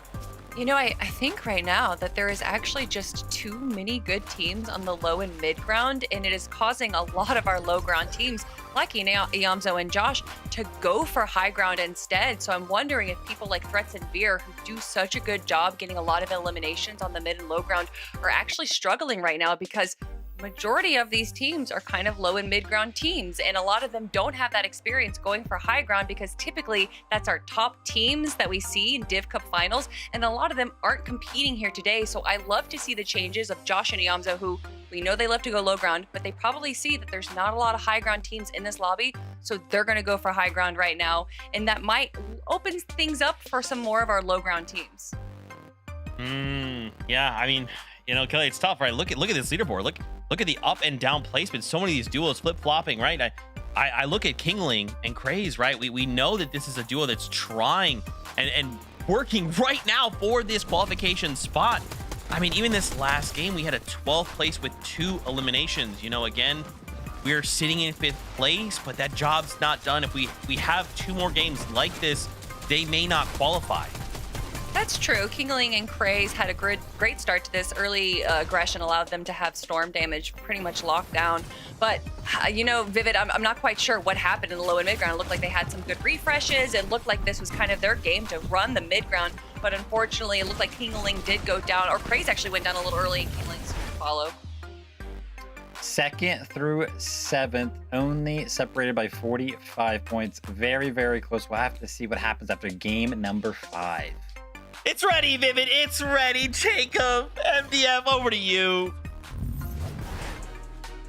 That's right. The gap is starting to widen here, but if you're inside the top 5, I mean, you've almost done it. You just need 2 more big games or 2 decent games, and we'll just have to see who can go ahead and do that with game 5 and 6 here right ahead of us, Jacob. Yeah, I'm just going to give a huge shout out to Jace. You know, last time I remember seeing Jace, the Reload Elite series with Jargu, they were that close to punching their ticket to another land. But this time around, they get the second chance. They mix things up, and now they have a shot. And for Jace, he has never reached an FNCS finals before, so he can make history on this region. With 2 games left, let's jump into game 5 and see if he can do it.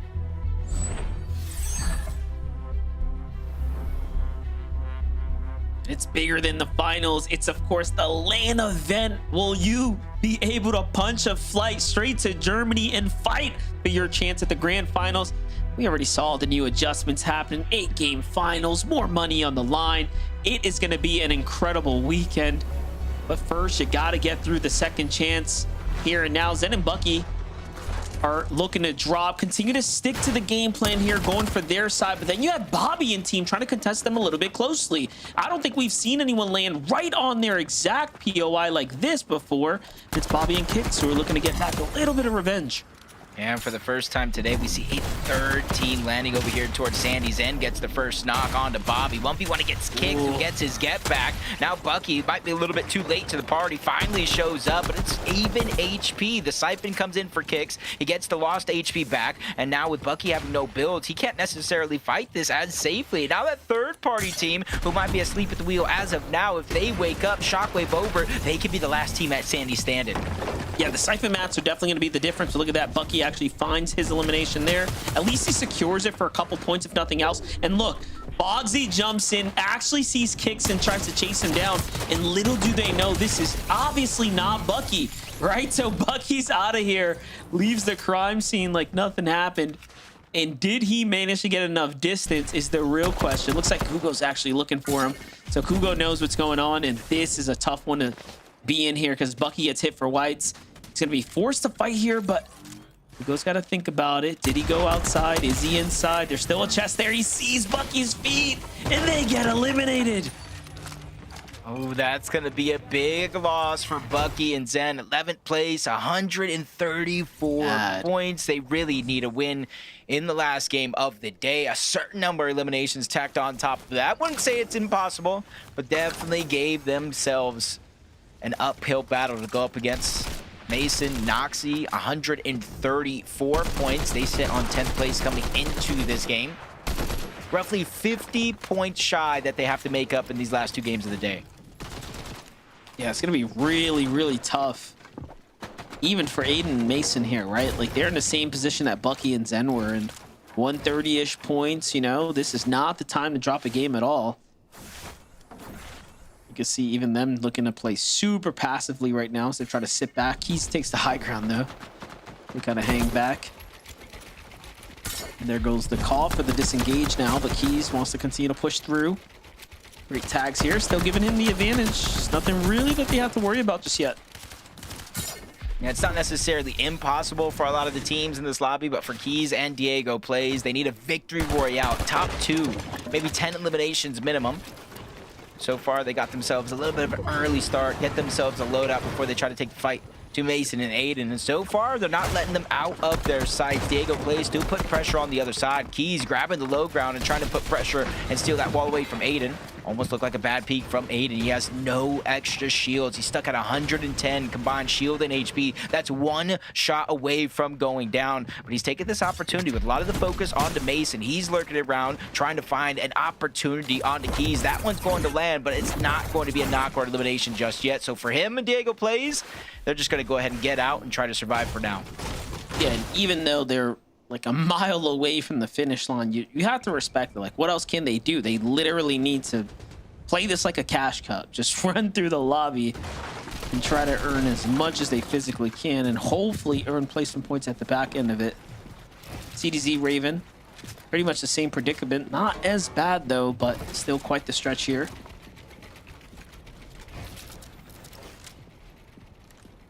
This is something we've seen over at Four Fields, around Four Fields.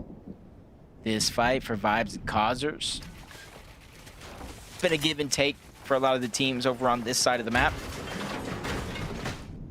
This is about how you play out these last 2 days. Quick rotations to get out of a tight spot for Vibes and Causers. They just got to position well to go ahead and start to accumulate that surge. We know it's been like a big focal point of how teams get to play. More surge, more freedom. Low on surge, underneath that threshold, you almost got to attack the first team you see. Slepsies, Magma going against 20 and Chimp underneath. But you got to be careful at the new Sanctuary, this part of the map. Because over towards the north, if you try to rotate on out, there's dips, there's divots, there's a crater where new Sanctuary's added map. And usually there's teams waiting on the other edge of those mountains to try to get some surge. And no tags found for Help in 20 there, so things are going to slow down for them for now. Back with Yemity. An Avenger here. Maybe had that one nice little solo clutch up, earning themselves a fair bit of points, but haven't really had a chance the last couple rounds to do much here, so teams are struggling here to do something big. And that's with the wonky land as well. I'd say I see somebody in the mini-map and they don't have elimination, so I'm wondering where Electro and Hulk is over towards Wonky Land. Maybe one of them possibly got eliminated. Cam and Skittles try to take a shockwave, a Fin's shockwave at that. Try to cover distance, get to zone quickly, but that same aspect they try to use as a tool ended up being the reason why Cam took so much damage floating through the sky. Just kind of left them open for all the teams around Sus Studios to try to get damage. But Skittles, while Cam go ahead and heals up, he's just going to be proactive, try to get them a good spot in towards zone so that way they don't have to worry about it later. Back on over to Curly and Rise here.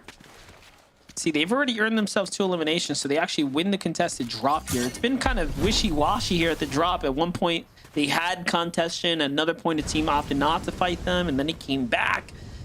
But here you have it. At least this time, they do find themselves ahead. Now, with 96 points, they are still in the game, but they are also in that position where you need 2 monstrous games to really solidify yourself a comfortable spot inside the top 7. Looking down now, Osid. Scared. Not too sure what they thought they saw down there, but maybe just breaking the bills so they could throw the loot in. Still anyone's game here with plenty of time. For some, not so much for others. Eulogy here. He may have lost the plot, but he didn't lose his chance here to make it to the summit land. 80 points, very, very similar to Rise and Curly. Not out of it just yet. Going to need some big games, and it starts with eliminations. This could be a chance for that. Dragon and Creon have one of their own. You see them going right back into the box, picking and choosing. You want the bigs, you want the minis. They have some shockwaves and Fizz already, so that's going to go ahead and hold down a couple of their slots in their items. Curly and Rise, you're seeing just a proactivity in this game. Remember, in game 1, there was 91 players aligned around the 4th and 5th zone. This time, we're only in the 3rd, and we're down 276. And I think players are starting to realize, with more than half of the tournament over, there's only one way to qualify for the summit land. If you're far down the leaderboard, that's with wins, that's with elimination, so you have to play it perfect. Yeah, it's time to go big or go home here. For Kame and G's there. I mean, they're in a pretty interesting position because they do have 100 points. And you even saw with like Dragon and Creon. They came in last game, they had 0 at the start, and they left that with nearly 90. So anything can still happen for these teams in this triple-digit range. G's Shareem just trying to find a chance, but Rise is faster on the draw here, already looking to trade shots. Baits him into it, and they lose the exchange. Curly takes no time, no hesitation here, jumps right in on his team. I think they recognize they have the advantage, probably a little bit more experienced. Into the box Rise goes, and that's going to be a fatal error here. Curly's not there in time, and they actually end up trapping him, and they play the reverse card on him there. Those are the moments right there for Rise and Curly. Everything was looking so good, Monster. He beams it from across the map. Curly's shockwaves over, but he gets just a little bit too greedy. Thunderburst melted through those builds. Instead of landing damage, they were able to get a clean cut shot onto Rise. You said it yourself. Curly gets trapped out, and now they are down. With the way they stand in the points now, Rise and Curly, they might have a chance, but it's a very, very low probability. They need at least 10, maybe even 15 eliminations with a win in the last game of the day. And that's me being generous as it stands. Might have to do the math after this one is said and done.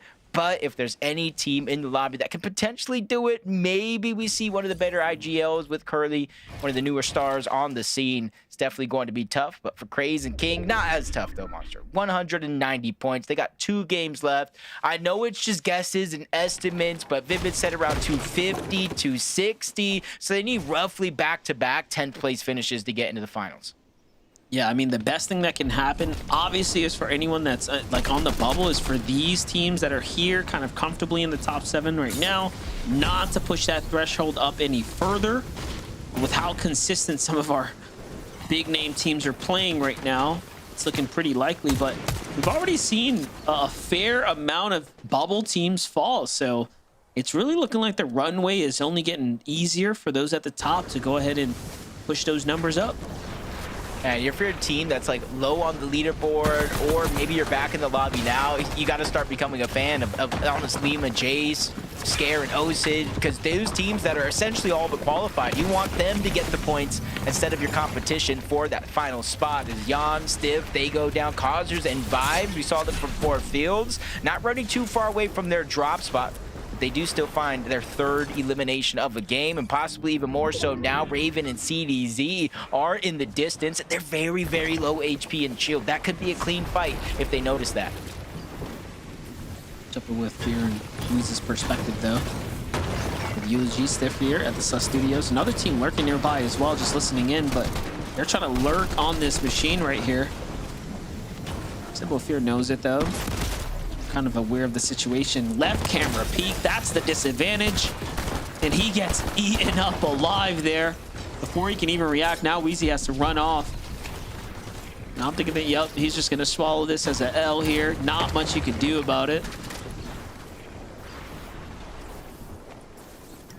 Yeah, as soon as your teammate goes down, sometimes you just have to disengage away, especially depending on how much gold you have, knowing maybe in the back of your mind you got to go revisit that same fight. Wee's got to hope he has any bit of HP, whether if it's bandages, med kits, or a pizza, because it looks like they are parking the bus and they're going to stay there a little bit. The zone allows them to do that, especially since they have the vending machine in their control.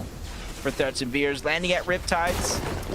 Haven't necessarily seen a bunch of the mythic shotgun out of threats in this tournament from Riptides, the Vibes, and Causers. Last time we saw them over at 4 fields, they were rotating near CDZ and Raven. Next time we see them here, they get the elimination on the CDZ and Raven. This is good. They're at 4 eliminations. I mean, at least they're heating up right now, but a little too late here in the tournament run right now. Down goes CDZ. 20 and help on the other side. One of the teams on the bubble here looking for a big game to put them in the conversation here for game number 6. So quite some ways to go though, but 35 duos remaining, not too bad. Half in, half out zones revealed itself. Going straight for that zip line here. They have options though. They could go around, they could eat a little bit of storm, up and over.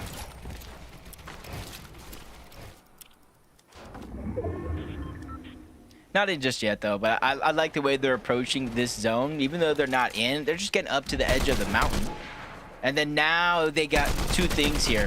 Getting information of the teams that are positioned in front, and an opportunity just like this to look back, seeing all the other teams that are going to have to shockwave in as they land a couple of shots, adding just a little bit more to that Storm Surge total. Does look like they're gearing up to make this next rotation possible. King peeks, lands some shot onto Korean, but takes some damage himself, so not climbing up that Storm Surge leaderboard as fast as he would hope. But he's right there next to the zone. Curve already found them a home, so he's just going to try to reunite into the same box. As soon as he gets full HP, that's going to give him a chance to look outside and try to get damage or eliminations onto anybody rotating in late. I gotta say, you know, King Gray so far playing very, very well, and they again found themselves right past that mid game. Not too much pressure from the Surge here, and you know, all things considering, a little bit of a lighter lobby, right? This is going to be easier to kind of navigate right now as opposed to game number 1. For Threats and Veer, 200 above right now. They found themselves a little bit of a home here too, but they cut off Causers to actually get ahead here, and they're the ones putting that extra pressure back on the Storm.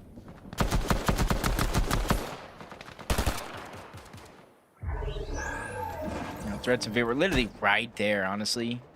In the grand finals, you know, our 5 teams already kind of qualified. They get 17. Ooh, 13 spots up for grabs. They get 17. So they have to go here to the second chance.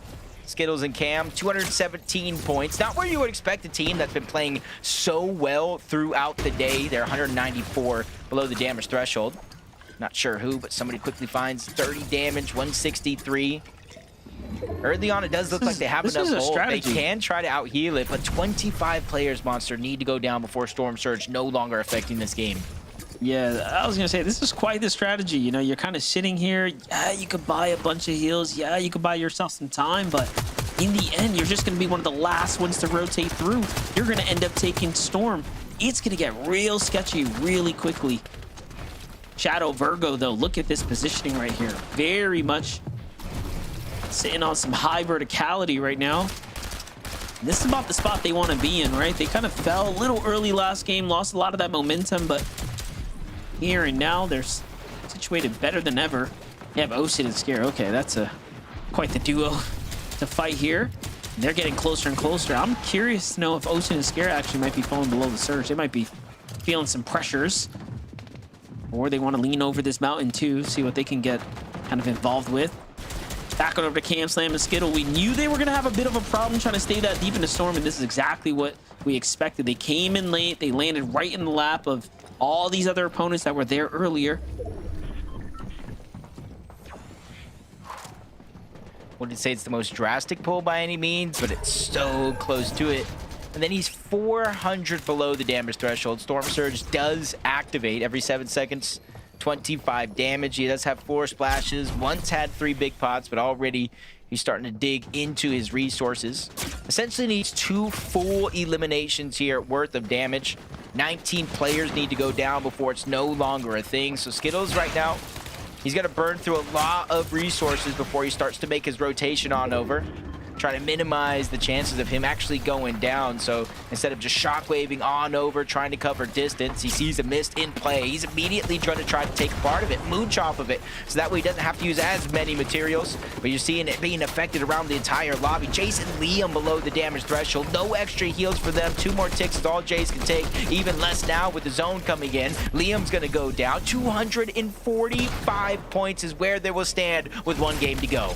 Almost played this so perfectly, almost had that tournament running. Now Skittle is down, Cam is down, Liam is down. They're all gonna be on the line for the qualification mark, especially when you have players like Yamzo and Josh possibly looking to take to the races right now. They're gonna jump way up and over you, making it that much more closer now.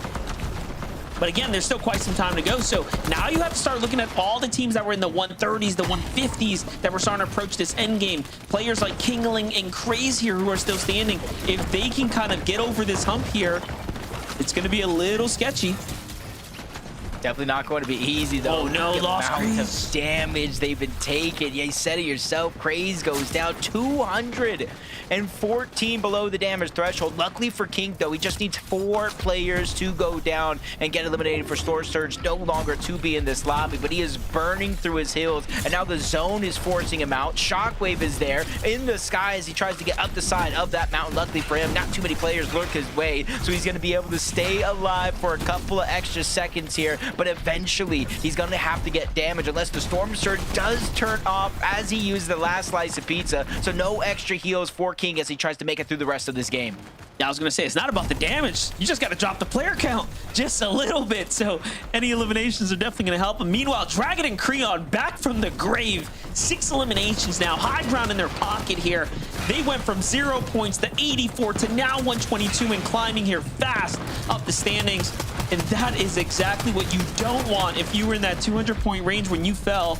Meanwhile, Shadow Virgo, they have once again found themselves in a low ground front side. You know, the difference between this and what we saw from them kind of in the qualification runs, in those heats, is that they haven't really gone on that crazy elimination run. So they could realistically be due right now. We know they can pop off at a moment's notice. Threats in Veer, trying to go underneath the radar, find an opportunity on the 1. The down is in on the gem, but he Threats, though, taking too much damage until he eventually falls once again, leaving Veer as a solo in such a tough situation. They are just outside of the bubble, and Veer goes down on 186 points. They're going to need to go again in the 6th and final game of the day, and they're going to need to clutch up just like Creon and Dragon, but they can't wait to the 6th and final game. They basically have 1 game worth of points here in their totals, so they need a top 3 placing with a few eliminations. Josh Yamto, they need the bare minimum 233 points so far. And this is the most soul-crushing spot to fall right here, right when the big placement points are going to start coming in. When you've been alive for like 22 minutes in the game and then you can't get the final stretch going. For Virgo, Shadow, they've just gotten over that hill. Kingling still trying to hold on now, though. Remember, he lost Craze so early on in this rotating. He has just been clawing his way through this endgame, frantically moving layer to layer. Even now, though, puts a couple shots at the Virgo's Shadow. They're not going to forget it, so smart on him to move there. They look back somehow. He finds Electro, and then the follow-up, the double siphon. Look at how fast his HP flies back up, and he's right back in it. Finds another solo here. It's Evan hiding under the box. Kingling is playing so well right now. Not only did he get those eliminations, but he got the placement points because they were full wipes. There goes another chance on to Evan, but he gets cut short. That's going to be a big run for them going into the last and final game of the day. Virgo can kind of feel the pressure as well, but with a chug jug, an extra slice of pizza, he definitely has the recipe to come back. Top 10 situation here. 4 solos, including him, running rampant in this lobby. Creon and Dragon doesn't want to take part in all the chaos down below, so they have set their position up above. They're not letting go of the pressure unless they run out of ammo. Ruins in the watch starting to look up to high ground, though, trying to see what they can find. Nothing's up top. Ianzo, Josh, though, still going at it as well. Josh, with the crazy edit right there, finds one, gets the full elimination. A little greedy to try to find the refresher, and then Virgo comes in from the storm now. Either way, he's got Northern in sights. Northern and Calipper have managed to make another endgame here. They're going to be up in a fight for top 7 here shortly. Iamzo and Josh, though, fighting for first place right now. Northern manages to stay ahead there and hit the shot that he needed. And Dragon and Creon, with no mats, pressure from the high ground, are all of a sudden finding their way to 200. Bro, you got Shadow, Virgo still having a shot down below up until then. Ozone inside of the bubble. Northern's trying to give himself a chance, but Creon and Dragon as well. Ozone joins one of 2 solos along with Northern in this game. Creon's ready to drop down, play Disruptor. They're the only duo up, and they're trying to keep it that way. Ozone gets dunked on. Northern gets taken out. 10 eliminations. Creon and Dragon, playing 2 games out so far, have bursted up those leaderboards. And, you know, you might think it's impossible. Well, look, Creon and Dragon are showing you that nothing is impossible as long as you can lock in and find your footing. 10 elims in a win. We said it, Jacob. He did it. Another 100-plus point game to kind of propel themselves on up there. And Zeke, you got to be impressed with that one. Oh, man. You know, MDF, better late than never, right? Better late than never right now. Double-digit BR. It's the time, Kelly. It's the time to do it! It is the time to do it, especially looking at the games that they had at the start of the day. A 40th, a 41st, and then a 30th as well. They did luckily get a 3rd place game, but then game number 5 is what it is all about, Vivid. And honestly, as far as high ground control goes, this might be the best showing we have seen out of any team today in NAC. Yeah, absolutely. When they did get that 3rd place, we did see a little bit of high ground life from them in that game as well. So to see them kind of clean it up, run it back one last time to ultimately like make the giant difference. Jacob was kind of calling it up, an absolute surgence up the leaderboard in terms of how many points they're going to be able to pick up, because before they went into this game, they only had 88 points. So this spells exactly how important this game was for them to go ahead and pop up, because this is ultimately going to put them in striking distance, I would imagine, of top 7. And then Creon just had an absolutely clean up there at the end for the 2-piece to go ahead and secure the win, man. Crazy stuff happening. Guys, we got one game left, okay? We got 1 game left to go in the second chance qualifier. I need a break, okay? I need a break. When we come back, we're gonna look at the lobby list, or the leaderboard rather. See, I don't even know where I am right now. We're gonna look at the leaderboard, and we're gonna set this up because we have 1 game left to go to make something happen if we want to get to the summit. Take a break. We'll see you in 3 minutes. Come right back. See you in a moment. Okay, all right.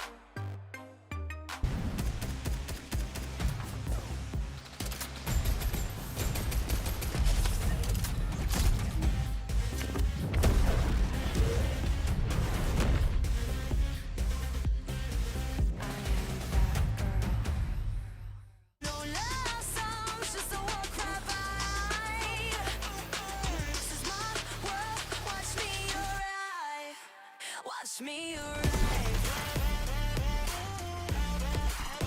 Watch me arrive. Watch me arrive. 2 teammates have his back. There's Nash. Gets the drop on the Marion. Stays alive. They're targeting out Vanya. 3v1.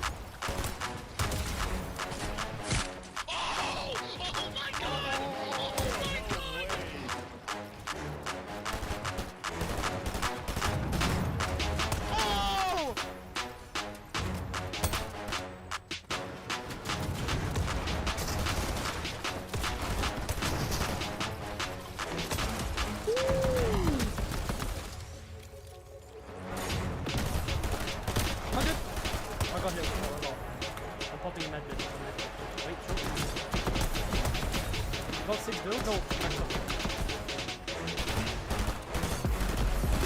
Wait, if you're mid play. 100? 100? Oh my god! Oh my god! Oh my god! And I don't know how to feel about it. You're not used to losing. Getting beaten? Not like this. These players are just so locked in. Could it be the milk?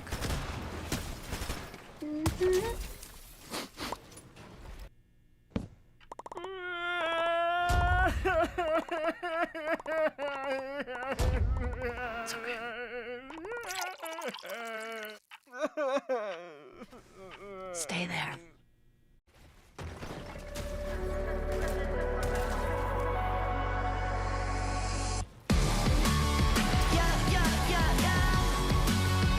I'm bouncing back now. I can't hold it back. Yeah, I'm bouncing back. These mountains, I'll toe 'em. Those pebbles, I'll roll 'em. No bridges. Welcome back, Fortnite fam. The FNCS second chance qualifier. I'm calm. Everything is calm.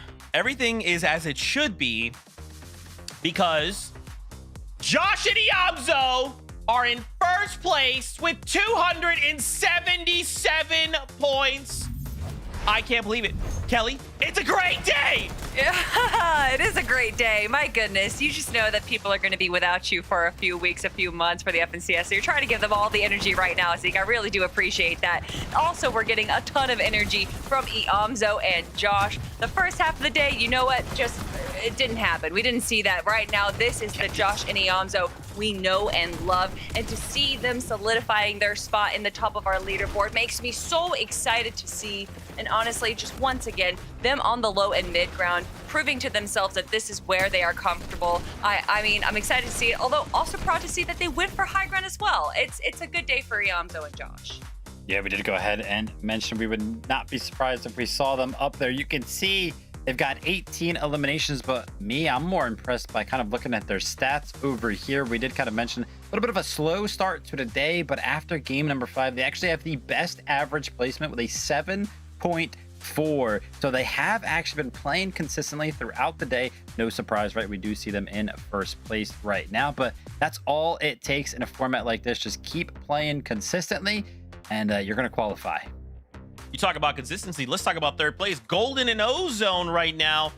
They were on the bubble, Viv. You could see there that up 4 placements. Now we are inside the top 3. Yep. This last game, a third place, 5 eliminations. They've not had a single game outside of the top 14. That is crazy, of course. You know, I just want to remind people, job's not done, right? We still want to go into this last game, earn as many points as we want. But to see them now out off of the, back against the wall, now they're just like, okay, we just got to hang on. We do this one more time. We're going to the summit.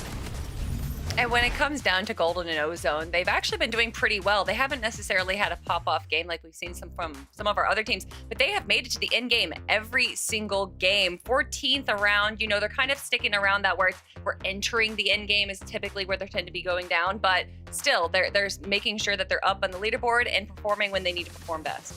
Absolutely. Golden Ozone, they are in third place on the leaderboard. As we continue further down the leaderboard, I get a little bit less confident in some of these teams. They're kind of on the bubble. If we do take a look in 5th place, we do see Shadow and Virgo. Right now, they're on 242 points, and 7th place right now is 221. I kind of came into the second chance qualifier mentioning that taking a look at the grand finals days and how those points kind of worked out, I was expecting around 250 to 260 to be that threshold. And as it currently stands, I do think we're going to end in the realm of those numbers. So right now for Shadow and Virgo, 240.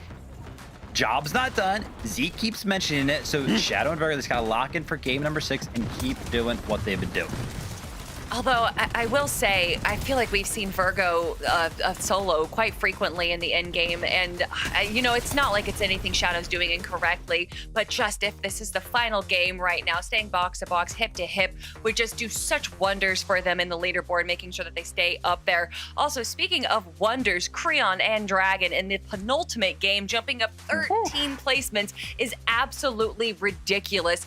We've already talked about them, but when you need these games, games, when you are able to pull out a 10 elimination victory royale, that is over 100 points that you can pick up for yourself. So even though we're kind of looking at the top 10 right now, we're looking at the top 7 if we're being honest, that can still change, Zeke. It really can, Kelly. It really can. This last game is vital. I mean, I'm even looking at like Kingling and Craze here, right? Again, just use these little numbers next to their placement. We dropped down a game in this last game, a 13th place with only 3 eliminations. You know, this is going to come down to this final game. There's a lot of these duos who are trying to keep the FNCS dream alive, to take it all the way to Summit and fight for a title and global championship qualification spots. I mean, this is very tense right now, right? We don't know how this is going to go. And still, even now, it's so close. It's too close to call. Oh, well, if you want to talk about closeness and you want to talk about craziness, Kingling, this solo run right now was exactly what they needed, Vivid. Absolutely, and it's kind of crazy. I mean, usually in formats like this, you're kind of going into game number 5, and some of these teams, they need huge elimination games to kind of catch up to the rest of the competition. So sometimes, like, the amount of players alive in the early game, it kind of dwindles pretty quickly, but game number 5 was still pretty stacked. I'll be interested to see how this kind of shakes things up in game number 6, because you know, as soon as you leave that top 10, you start to enter that territory where some of those teams need 100+ points to kind of catch up to that 260 prediction that we've kind of made. So those teams are going to have to absolutely pop off, and it's going to have to be a win with a lot more than 10 elims for some of these teams. Oh, no, let's roll over to that second page. I mean, look at some of the names here, right? Bucky in 15th place with Zen, getting surprised triple contested that last game. Maybe it's still possible, right? I will continue to believe in Bucky and Zen. They can still make something happen. Even 20 and Chimp, right? These are names that we have seen in the past. And I mean, even for someone like 20 who moved to Dallas to try and get better ping and compete and place. I mean, guys, this is it. We have the final game of the second chance qualifier. These duos must make top 7 if they want to go to the Summit for the last time today. MDF, Jacob PR, take it away. This game has more impacts than a lot of people realize, because that top 7 go ahead and grant you a spot at the Major 1 Summit land, which means if you do not qualify here in this last and final game, Monster, you only have the Reload Elite Series left for a couple months. Yeah, we've seen crazy things happen in the last game. We've seen players jump up from page 2 to page 1 before, but to ask for someone to get to 7th is going to take a monstrous game. So we'll see who it is going to be.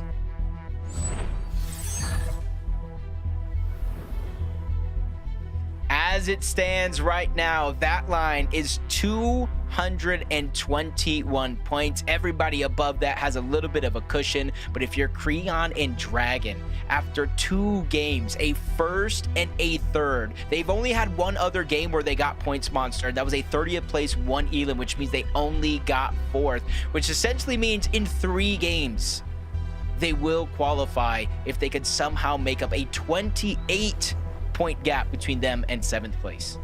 You gotta pull the rabbit out the hat, pull out the magic tricks, figure it out, keep doing what they're doing right now, and just play consistent. If you're Zen and Bucky, though, you need a victory royale and then some, or at least a huge game with some double-digit elimination. So we need to see that high ground play from Bucky, or the Aussie Antics Hate Watch is gonna come true, and they'll be working together.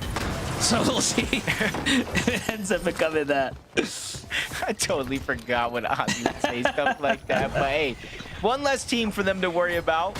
I do believe it was Bobby and Kicks was the originators kind of contesting Sandy Strip this time around. They kind of chose to drop elsewhere. We still got Kugo and Fozzy there in the side, and I think Bucky and Zen probably realize 138 points. They need about, I think, 78, 90 points just to tie what it's currently at now. So they're one of those teams, they probably need well over 10 eliminations and a victory royale if they're looking to make the Major 1 Summit land. And there's anything I know about Bucky and Zen, though, they will go down swinging. Yeah, give or take is going to be 100+ points. They need a 100+ point game. I mean, we saw the stat coming into this. 105 was roughly like the biggest game we've seen kind of over the course of the weekend. I do think we have seen something better with Dragon and Creon. You know, don't count me on that one. Don't hold me to that. But they got really close. They had some huge games, so it is all, of course, possible. Here it is, though. Bucky Zen playing exactly how we need them to. Very good keying right here. Very great aggression. They actually get the knock here onto Fogs. Here's the finish. I don't know where the teammate's at, but either way, they need to clear out the strip, move fast, and continue to get into more action. Has a lot of confidence too coming out of Bucky. Is even though he had Zen backing him up, who had a chaos reloader, Bucky just had the gold pistol, was literally shockwaving after him, knowing that, hey, I have damage. If just one of these shots bleed through, they can get the elimination, which they did. But now it's just a matter, do you loot up? Do you try to find the solo? But I do think they're going to try to go for the first of the two. I think they're going to loot up, try to get themselves the loadout, and then just try to crash on the rest of the lobby and get those eliminations. 20 and Chimp here, 164 points. They're not as far down the leaderboard as we're talking Bucky and Zen are, so they have a little bit more flexibility in terms of their game plan. Yeah, I'm just looking at the overall points of that duo top with Help in 20 here, and I'm just thinking, like, you know, we've seen things happen where teams definitely have their one round where they don't quite earn as much as they can. These are teams that obviously are on the bubble. However, if they end up being one of the ones that actually pop off and finally fight their way towards the victory royale, it's a whole different story that's going to push people out and down on the standings, making it much more competitive for others. Curve or Craze and King here. Watching things from down low. They're probably going to be looking to jump on a rig here to the left. Kingling boxed up. Do they might actually know he's there. Yeah, they definitely know he's there. Won't stop him though from diving onto Rix, who doesn't have a cover over top. Both of them essentially just one shockwave away from getting jumped on. More so Rick than Traps, but Traps has a clear bird's eye view. If he can just land some shots, he'll be well off, but Rick probably sees this play coming. Saw Craze at the tail end. He goes one box up, tries to build a metal to make it a little bit more safe, and quickly opens up to Shockwave on out. Monster, you were right. You saw that one coming from 3 miles away, the Shockwave play, but on the other side of the map, Magma and 20 go head-to-head. 20 gets the knock onto Magma. Finally is able to clean that one up, but has to wait for the shotgun to reload. Luckily for him, Chimp is there to help. Reunites into the same box. Minis are coming out, splashes for the HP. So I like how they slowed it down as soon as they got that one elimination. 168 points. They still have a little bit of an uphill battle, but they're slowly chipping away at that lead. Yeah, this is really good. I mean, played it smart, found the elimination, got the knock. Kind of curious as to why Sleepsy would even stick around at this point. This is increasingly risky for him, but what does he have to lose? Probably pretty far off as far as overall qualification goes. So for 20 and Chip, they got to be more careful than anything else. This is someone who's got nothing to lose, and they have everything to gain here. So, and actually, now that I think about it, that's going to be the bulk of the lobby. Like, look, we're already 78 players. This is the fastest kind of dwindling lobby we've had so far, and makes sense as to why. Players are just going to be clocking out right now. So this is probably the riskiest game if you're someone who's in the kind of qualification bubble here. Yeah, and you can kind of understand why they're getting so aggressive. This is the last or it's the second chance here to get to that summit land. Yeah, you might start in the lower bracket, but at least you're going to Germany. There's a big elim there from 20, their second one of this game so far, but the action's not slowing down just yet. Daxathon and his teammate are now in sight, and they're trying to crash this third party. Probably hearing the noise, hearing the shields crack onto Chimp, and they realize this fight was probably likely prolonged, so there's not really a lot of materials on the other side, but you see they're taking their time. They're just trying to play for this piece control, dwindle down the options that they have, and that's where they're going to find success. Chimp is going to be the first one knocked. 20, though, answers back with elimination of his own, bringing it down to a 1v1, but the Siphon's slow to react, so there is going to be a huge HP and shield advantage if he can attack while the Iron's hot. Yeah, Karina's got the big advantage here, though. The Flowberry miss, the quick chug splashes as well, so 20's got to buy time here somehow. Stretch this out, find a monster shot, but no, it's Karina who ends up hitting it instead. And just like that, one of our bubble teams are now out of the race. Meanwhile, looking at the feed, Jace and Liam are in a fight of their own. Elimination starting to fly here. That's Jace versus Mason. So Jace has got one. Actually, they got 3 already. And now he's in a one-on-one clutch up position right now to go to land here. Last game, they earned 0 points. This game, 3 elims might be enough to at least be the line for top 7, but you don't want to leave it down to that. Mason's literal tournament life here on the line. The next couple of months, whether he gets to play out for the Summit land or not, is really here. Jace all but has his spot secured. 257 points. It's the line. A little estimate going around. That is definitely the line. Going down here could literally cost him everything. But it really all depends on who else is in that final end game collecting those points. And this is where, if you're below that point threshold, you kind of want someone like Jace and Liam to go down. But if you're above it, you almost want them to stay in the game to rob the points away from all the other contenders. So Jay's doing a good job staying alive, essentially trying to fight for first place. They're at 245 to start this game. Josh and Iamza at 277. So even though they might have their qualification spot secured, you know how bragging rights and how much confidence goes along with that. Definitely. I want to give credit to the replay team there as well. You saw how close it was. He was actually in a 2v1. He was lurking. He finds the Elam to kind of keep his run alive. It is getting competitive. It is very close. Skiddo and Cam Slam also still need that final push here now. Can they get the boulder to continue to roll down the mountain? Northern Clipper. We saw them in that end game last round, making big performances so far. Big placement points being earned. Kind of like a Dragon and Creon-esque run right now. They've just been popping off here, but they're going to need a win potentially here too. 152 points. Kind of see the leaderboard. 12th place down, 14th place down. A couple contenders on the heels of Northern and Caliper. You're talking about how they're kind of mimicking Dragon and Creon. They got a 7th place, they got a 7th place, and they got a 2nd place in that last game. So for Northern and Creon, they're definitely on the right trajectory, along with King and Craze here. 6th place coming into this game, 228 points so far. They have a 7-point cushion before they are the line as HQ Encrypted look to get aggressive here. And they're in 14th place, 138 points to start the day. So you can see why they may be looking to get aggressive. These 8 points here on King and Craze are looking so good for HQ and Encrypted. It's almost a necessity for where they're at on the leaderboard. Early damage though, Storm Surge, no matter what happens here, will play a role for either one of these two teams. You know, what a story it would be for Craze, who obviously played with Bugha all season, ends up dropping him, figures out his qualification, and then tries to fight his way towards a land. Still, he has to win this fight, has to get a little bit more. Both sides drop punishing shots on one another. HQ forced to back off. Craze forced to fight this by himself here. Try to delay the heals for as long as possible, but you can't take any punishing shots. Momentum can turn at any time right now, and they're far from the zone right now. You can see the marker. Look at how deep in the distance it is to get to the safety. Have quite some meters to go here. They're feeling it too. They're just gonna go ahead and give this one up. Actually, not as far as it probably looked there. It's just off the distance here. And there's a little spot here with the low grab that King is walking up to where it does spawn basically infinite heals. It's a matter of if they were grabbed yet or not. So I do like the decision to disengage first, beat them to the punch, so not only get priority on the next rotation, but you can kind of gobble up whatever heals are left by, so that way you don't have to dig deep into your bag of tricks and use what you want to bring into the end game with you. As we jump aboard Ozone and Golden, 3rd place coming into this game, 256 points.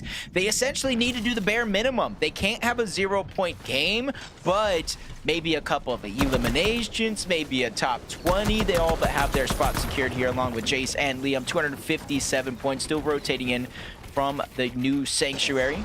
Gonna go ahead and hit a mending machine. If you kind of look at Jace, he has what looks like infinite gold. No, he doesn't actually have infinite gold. Usually when it makes that symbol, it means they have over 8,000. As you see Liam with the 975. So they have a plethora of gold and many options to choose from about how they want to rotate out of this location while using that mending machine. Yeah, Liam, Jace, they just got to push the needle a little bit further, and they'll be right on in there. Nice and cushioned. Crazy and Kingaling. These eliminations are starting to add up now. They're starting to get that elimination that there point. Onto Taki. Him and Vert, they get their run cut short here today. Trying to see where they actually land. Taki and Vert came into this game in 16th place, 138 points. They're one of 3 teams actually tied at 138 points. They get that first knock onto Vert and essentially use their numbers to cut down Taki next, ending a run, increasing their position on the leaderboard, closing that gap between them and Shadow and Virgo in 5th place as we jump on board Dragon and Creon, consistently jumping around teams both in and outside of the bubble. Creon and Dragon essentially got the majority of their points in just 2 games. Monsters, the team that you kind of looking at a 3rd place with 8 elims and a 1st place with 10 eliminations. Yeah, so close. And that live leaderboard right there to really give you guys the picture, right? Threats and Veer are also hot on their heels. Sin the Watch and Ruins, a team that we saw get into quite a few skirmishes, seem to be right in the conversation as well. And this is good for them, right? Because those other teams that were kind of trailing behind them, a good bulk of them have now fallen.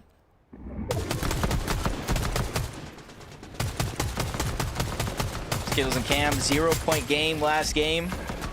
Unfortunate circumstances, or close to a 0-point game. They did get 1 elimination, so 4 points for their efforts, but it was 17 minutes they were in that game just to get 4 points. So really gonna have to make up for it here as we jump up board King. I'm not sure, was it elimination or was it just a whole treasure trove down below? They have 3 different chugs now. 200, all full on both of those. Another shot is going to be landed onto Khaki. Pressure coming out from Craze as well to not let him get the chase onto King. And now they're just going to go ahead and try to make their way in towards the zone. So a huge elimination, not just for the points, but more so the loot they've been able to find. Yeah, look, it was actually onto Vaults. Oh my gosh, they lace him up before he can even get off the ramp. And that's how they find all that loot. And then think about it, the way that just played out, that's why he had so much heals right there. The chug jug, the extra splashes. I mean, just abundance of extra heals now to take to the zone. Uh-oh. I saw on the feed, I don't know if it was Josh, Yamzo, maybe both of them. They got a knock onto Shadow.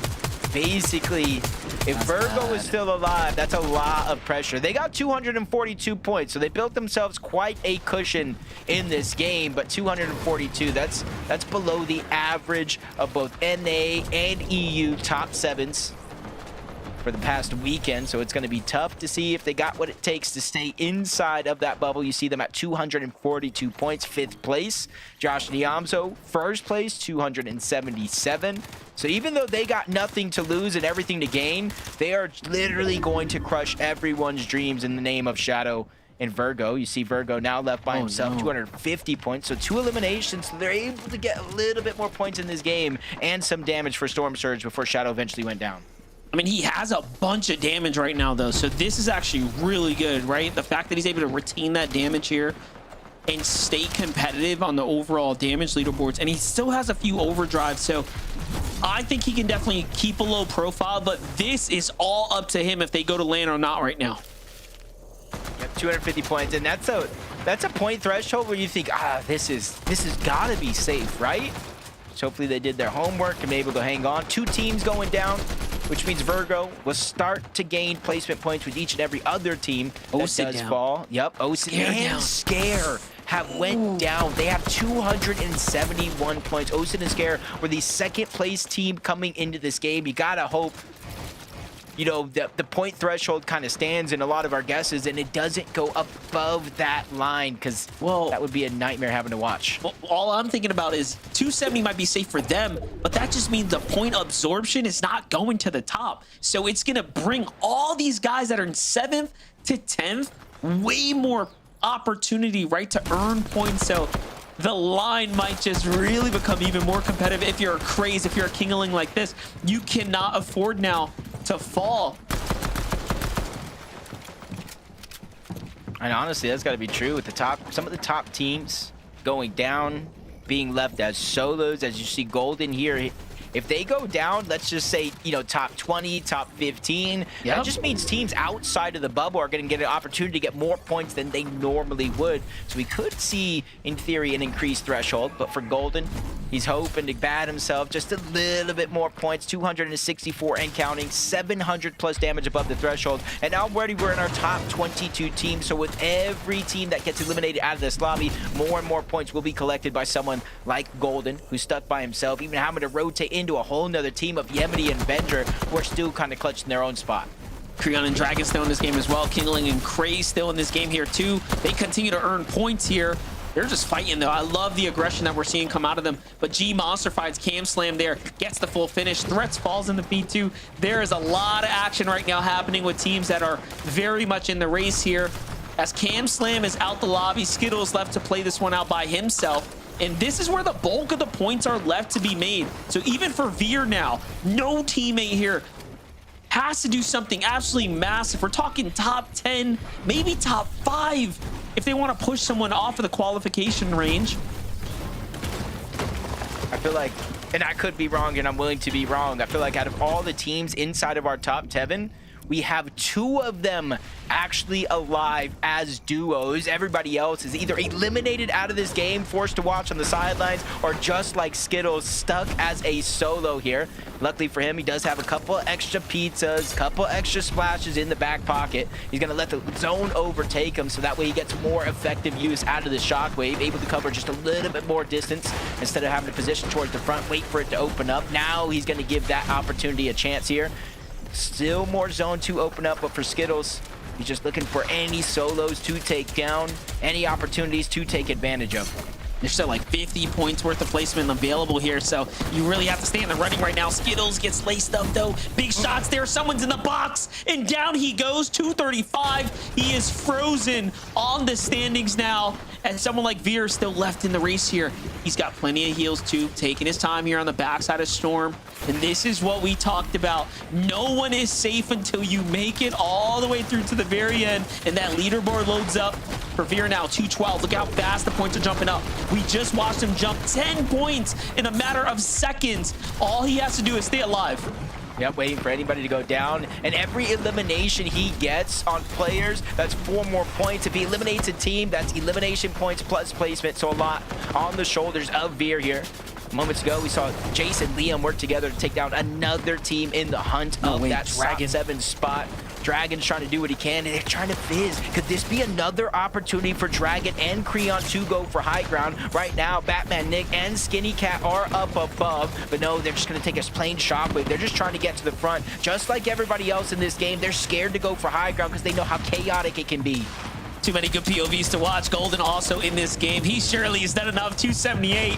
Big chilling right now as he's working his way through low ground here. 15 teams in the game right now. Still plenty of placement points to be earned. Meanwhile, Veer falls. Golden falls to the hands of Jace here, who's at 291. They're making a run for first now to just go ahead and close the tournament out. Meanwhile, you have Dragon back in the game. The Siphon to keep him alive. Picks up 2 pizzas here. He's at 233. He's on the way to push another player out. Can he get the next elimination? 1 tick of HP before going down. The Siphon literally threading the needle. That's a photo finish if I've ever seen one, but Dragon goes down. I'm not sure where the line is at this point. He's got so much chaos ensuing. Liam by himself. Josh Yamzo still alive. King and Craze up as well. Almost everybody is trying to clutch their spot at 299. Liam and Jace, you got to imagine they have done it. King and Craze as well. 292 and counting. They open up that one. Take a bad peek. One of them goes down. Yamzo and Josh are in it as well, trying to crush streams because they already got their spot secured. Craze has been eliminated out of this game, but King is still running rampant in this lobby. You gotta love it. 8 eliminations for them. Another way to just put the cherry on top here. Yamzo still doing work here on the low ground. Into the storm he goes. Plenty of extra heals. Shots from up top. And then back to meet here. And look at that. He didn't even realize it was a player under the cone in the box that he was in. That's how chaotic this game has been. Yamzo is well on his way to be the most overwhelmingly performing team here on the weekend. Meanwhile, on high ground, you have Yuz and Sharkman still fighting it through to the very end. You got to respect it. Yep. Right now, 148 points. This is going to be a 2v2, so you get 9 more for the win, 8 more for the elimination. On the bottom, not sure where they stand, but Zypta lost the plot. They're going to be up above, trying to go ahead and win this last and final game of the day. Kind of looks like he's just trying to move out towards the side. 1v2 situation here. A lot of pressure on him, trying to perform. He gets dropped down to the box, eliminated. One of two solos will go down. Yuz and Sharkman creeping around, trying to lurk and get this final elimination. Again, the point differential here is 13 points for Zyta. He's going to go up above. Shockwave onto the high ground. 162 points. He has no choice but to fall. No more builds really to protect himself. Tries to go for a side shot. One's going to connect onto Yuz. He goes right back into the zone to seal that deal. Yuz and Sharkman will end the day on top. Yeah, definitely still a good game there for them at the end. They fought very, very tough all the way through to the end. They earned themselves quite a fair bit amount of points, but in the end, only top 7 Jacob will be able to go to Germany. So from us here, that's going to be wraps, brother. Game 6 is over. The pop-up broadcast is through, and Zeke, is up to you to show us who's going to Germany. MDF. It's stressful. It's stressful. First off, thank you both. Awesome cast on the day. Man, shout outs to Sharkman, Yuz, getting themselves a victory royale in game number 6. But as the casters called out, it's only the top 7 that can make it through to Dusseldorf. Do want to congratulate these guys, though, on that W. Getting a W in this situation is still impressive. Oh, 100%, especially with some of the big names that we had competing here today. To be able to control high ground and win this final game, it's definitely going to be feeling good going into, like, you know, major number 2. Hopefully we see Sharkman and Yuz, you know, grab a good learning experience from this. I don't know if they got enough points to be able to get into our top 7 just because of how contentious the top of our leaderboard was, but they should definitely feel good and hopefully take this momentum into the following Div Cups and events we have coming up. Absolutely. And honestly, them playing that one out, even though they were, you know, really far-fetched from being able to go ahead and get into the top 7, that could have big implications on some of the teams that could have secured those points, right, Zeke? Why would you throw it to me right away? Why would you do that, Pivot? That means we have to look at the standings. Oh, okay.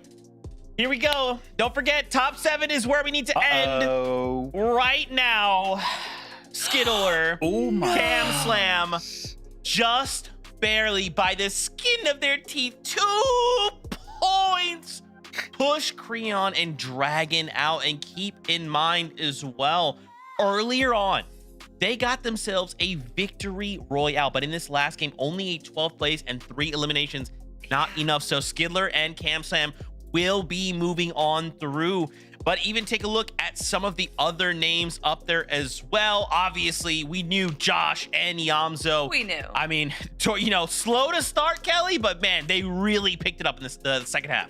No. They understand that half of esports is all about the story. So how can you have Josh and Iamzo get... I mean, we already had 3 victory royales over in EU, right? So they had to make their own story. They wanted everyone to feel the tension, the suspense. Oh, who's going to be on top? Of course, it's going to be Josh and Iamzo with almost a 50-point lead over second place. But big shout-outs to Liam and Jace. They played so well today, especially being one of the newer teams we got to watch. Yeah, absolutely. As a quick reminder, Jace has never made an FNCS Grand Finals before and is now going to land. Crazy storylines there. We talked about Kingaling and Craze coming in. New duo formed for the second chance qualifier. They're going to be in 3rd place there. They were kind of teetering on that threshold going into the last game. They went ahead. They clutched it up. And he was doing such a good job just staying alive on that low and mid ground. And honestly, I know that we're talking about game 6 right now, but that game 5 solo clutch from Kingaling where he was just moving all the way around, that honestly might have been the clutch factor for their tournament today. But also having a decent game for game number 6 is what held them up in our top 7. So excited to see Craze and Kingaling go and compete in Dusseldorf. Hopefully that first day of the lower qualifiers will be a little bit easier for them, but to see them and how they competed today, I can imagine we can see a good showing out of them. Absolutely. Another duo, Viv. You know I'm gonna say their name. I know you want to. Okay. You go. Shadow and Virgo. Yeah! I was nervous watching this game. 19th place with 2 eliminations. But their other 5 games were kind of enough to go ahead and carry them through. They end up 6th place on the day, and they are, of course, going to the summit. And yeah, 264, we were kind of talking about it, or I was kind of talking about it, right? expected to be around 260. Seventh place ended up being 235. So Vivid Analytics is officially retired. Also, you know, we were talking about Shadow and Virgo. I think I'm about to be fired too, because we were talking about how elimination heavy they were in the open qualifiers, and we're like, oh, they're going to be doing really well. They have the lowest amount of eliminations out of anyone in our top 9, and actually we're very placement heavy in that tournament. So we're both fired, Vivid. It's okay. We'll see everyone in Dusseldorf. Wow. Why don't we take a look at a list of the qualified players who are now have made it through to this summit. A big congratulations to all of the duos, of course. I know this was a very difficult competition, but here is a look at more of those names from all over the place.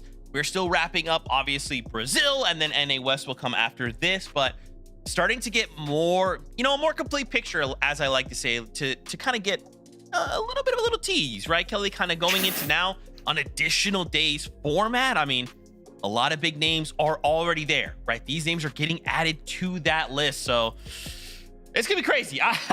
I'm gonna keep saying it. I'm always gonna say it. I'm hyped for late. Not be what you say. Can you say it in a different way? You know what? But what is there to say when you're looking at all of these names right here? This might as well be the global championships. I see, you know, just so many big names from every region. It's typically what we see in the global championships. So Vivid, the fact that we get 2 of these this year is pretty dang amazing.